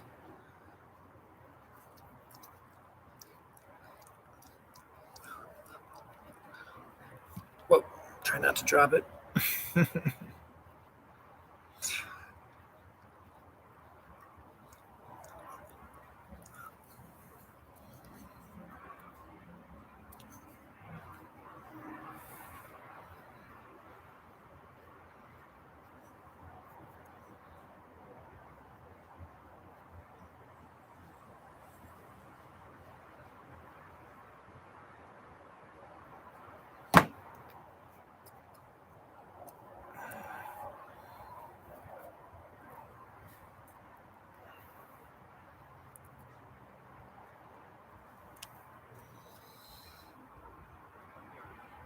The back side of these are also kind of like the pinch pot ladle thing where you might have some cracks on the back.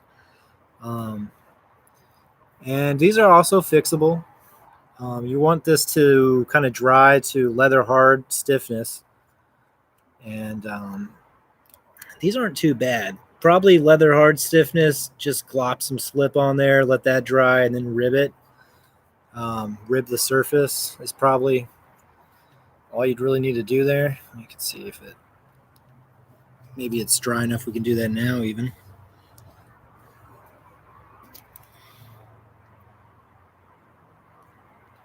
Yeah, you can do the handle with a hole in it, whatever kind of thing you prefer pretty much. It's not too bad.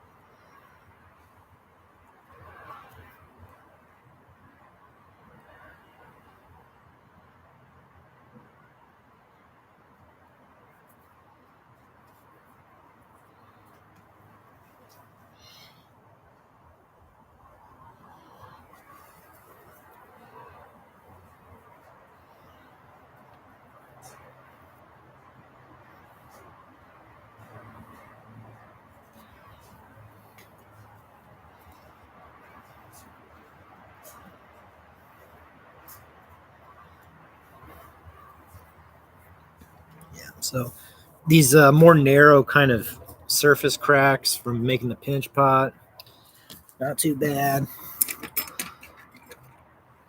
Go ahead. Basically just get some slip glopped into those.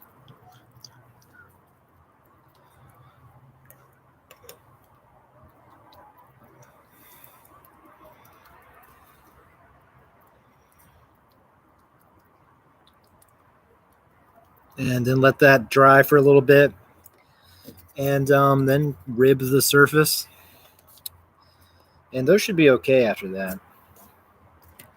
Um,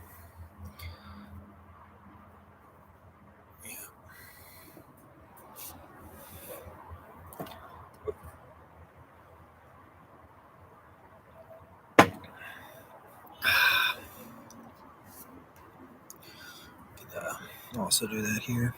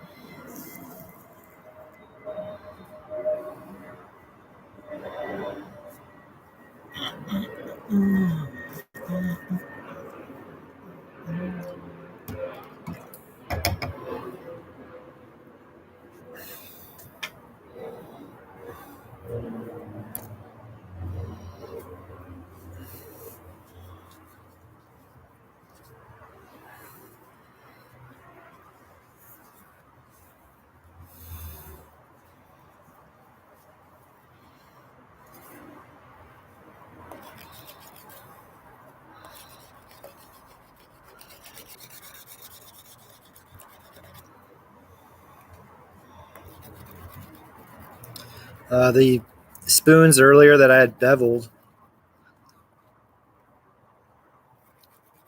we can do some burnishing on these.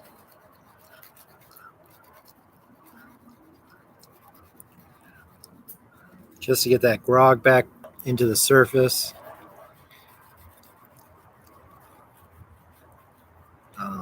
If you want to try to use something like this, like definitely you're going to want to do this.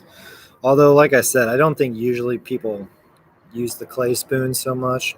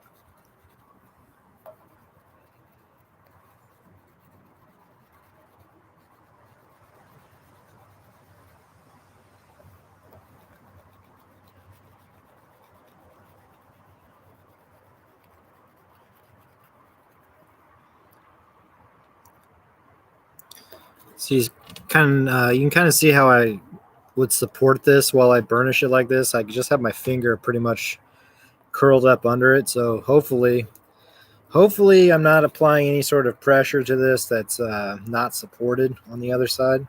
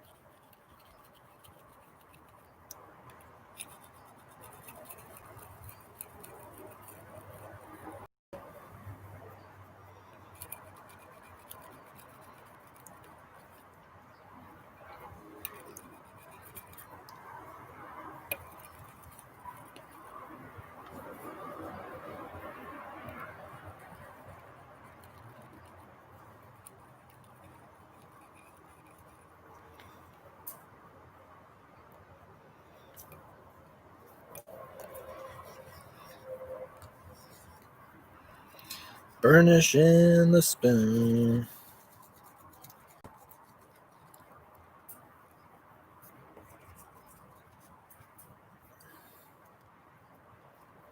Sometimes when you have like a hard edge and you burnish it, the edge gets all crispy and weird. Where's my X-Acto knife?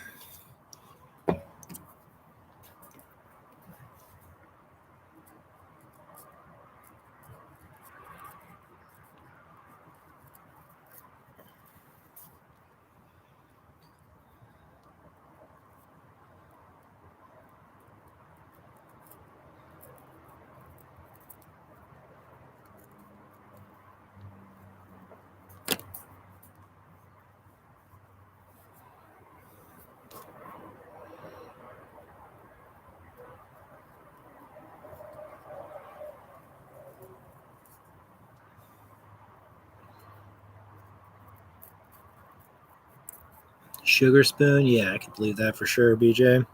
Also, you could do it like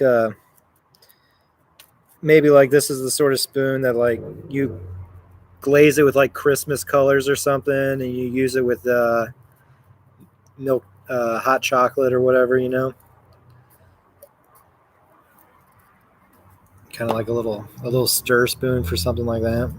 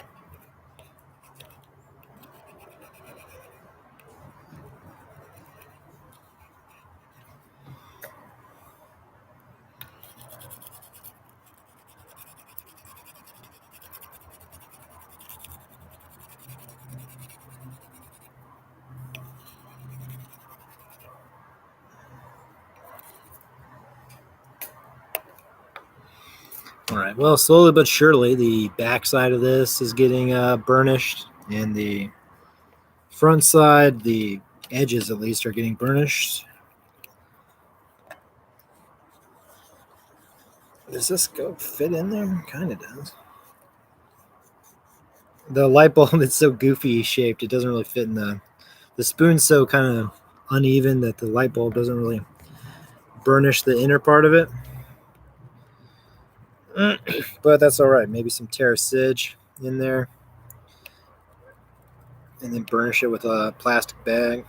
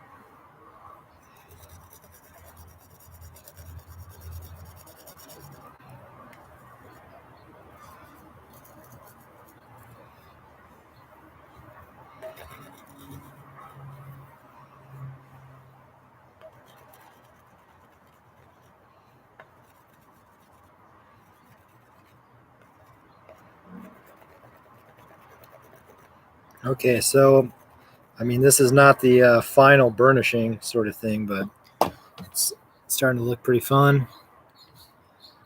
The texture looks pretty good too, because the raised parts of the texture you can burnish, so they get a little bit more distinct, recessed areas of clay.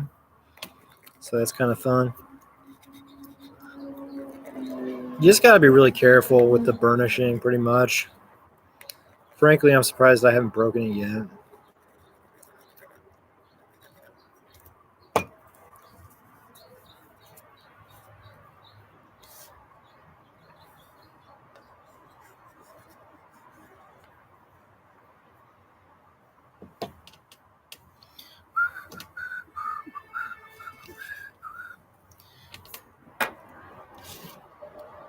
Okay, so these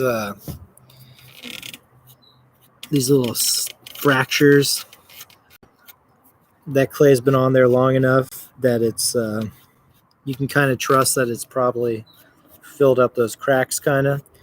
And now using a straight rib, just go over the surface.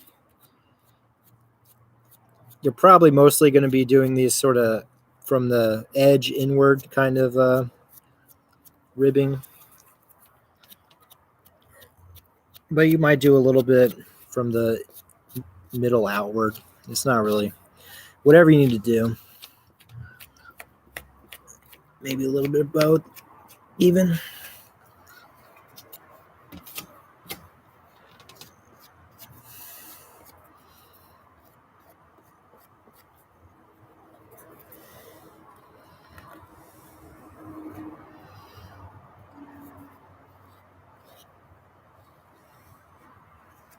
But just like that, the surface back here is a lot nicer, a lot smoother. There's not the little cracks on it from the pinching process.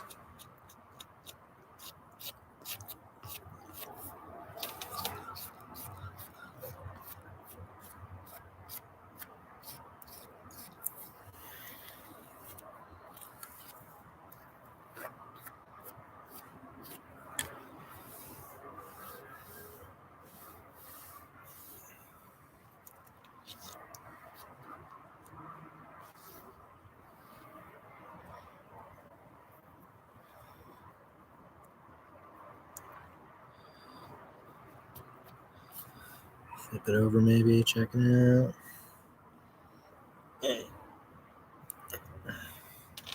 So I do think this big one, we should let this one stiffen, I think, upside down, face down.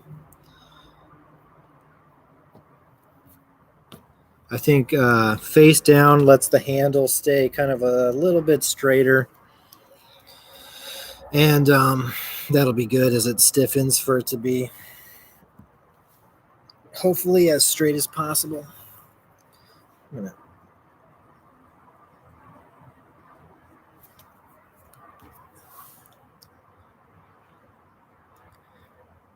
cut that back.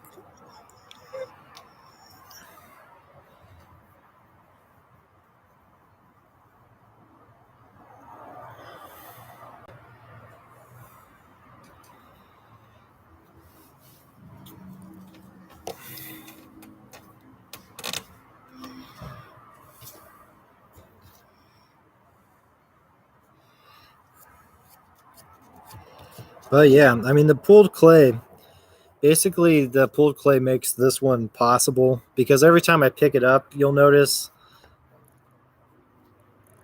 you know, it still has a little bit of flex and stuff like that, but the pulled clay has so much more strength just from how it's made that it can still, I mean, it can bend a little bit without breaking.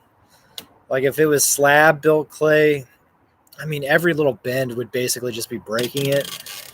But the pulled clay, it'll let you bend it a little bit without breaking. So it's, for something this big, almost required. The shower head.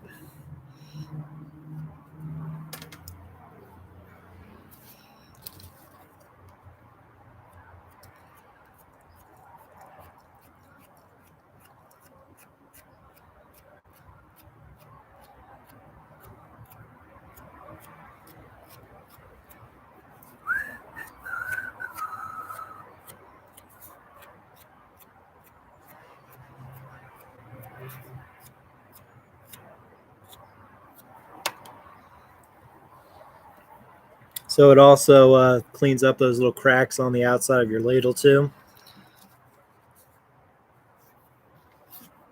Very nice.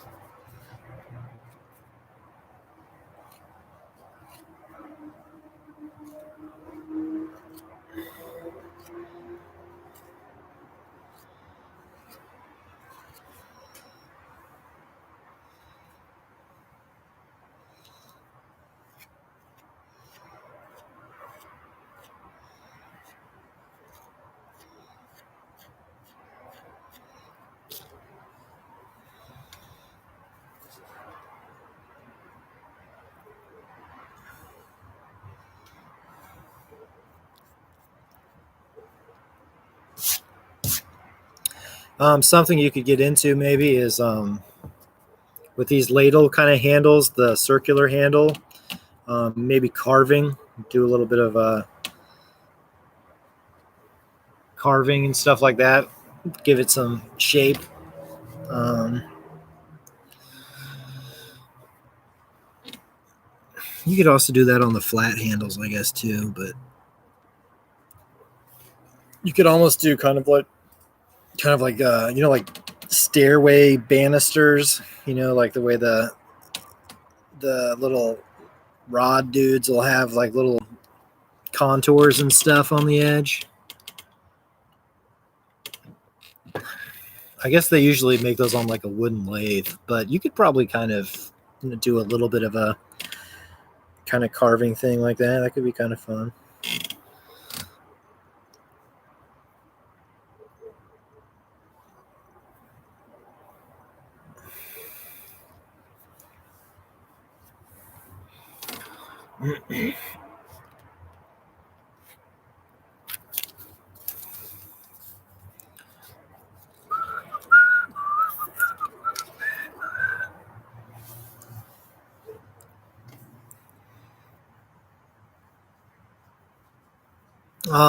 Does anyone have any questions about how this has been going so far?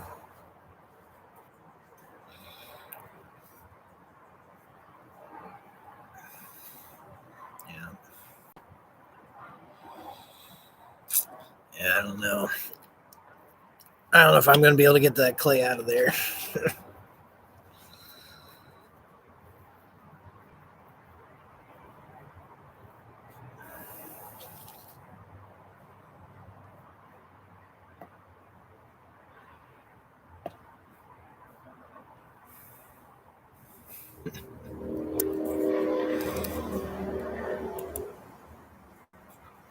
What I'm going to do here, I'm going to put a link in the chat to another YouTube video of bling demonstration, and that way you guys can kind of go out on that. Unfortunately, the YouTube, it doesn't let me play videos the way Zoom does. I don't even know if it'll let me open up another YouTube tab here.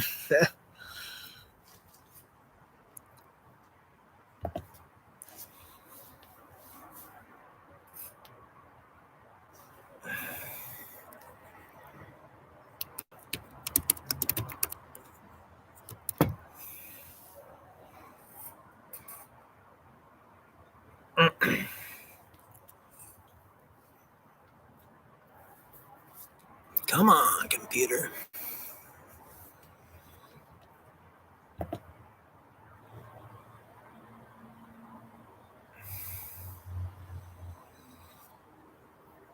What about soaking it in water, Melissa?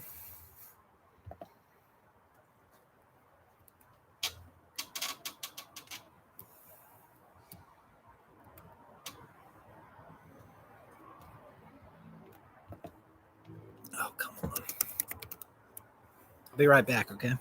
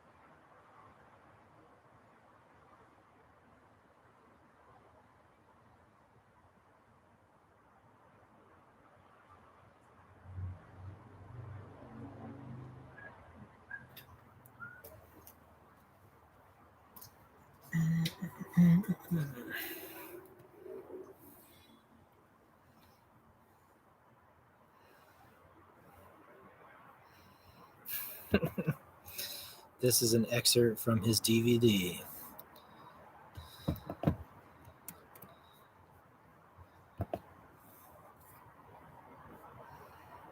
Oh, the metal pipe. Yeah, that's a good idea. That's a good idea. I probably will have to do something like that. Because it's so narrow, it's not like a cleaner thing can fit in there, like a pipe cleaner or whatever. Okay, I think this is a link to the other YouTube video of pulling handles, and he pulls handles off the side of a cup. So it's a really good demonstration for taking the pulling process into the next. I got a bunch of clay on my head. Taking it into the next kind of stage, I guess. But basically, think about doing the spoons. Get some practice pulling the clay. Kind of like how the citrus juicer was like good for like a first carving kind of project, because it was, might not have been like all that exciting, but kind of getting practice removing clay with the loop tools and stuff like that. Kind of like how the pulling is. You just kind of get practice pulling it, and even though it's not all that exciting, you still get that kind of foundational kind of stuff in. So yeah, that's pretty much all I got for you today, guys. The big shower head spoon, basically once it stiffens a little bit more, I can put some white slip on there and do a design so it has like a decorative kind of quality to it. Put like a Sgraffito Christmas tree or something on there. Christmas spoons. Those are a thing, right? But yeah, that's about all I got today. Next Friday, we don't have class because it's Thanksgiving week. I guess we're not doing classes that week. But I'll probably still send out an email. I'll probably just have like a YouTube or Zoom meeting going or something, so you can stop in if you need to, ask any questions. Because I'll probably be working on stuff all week still, so it's not going to be like a totally off week for me.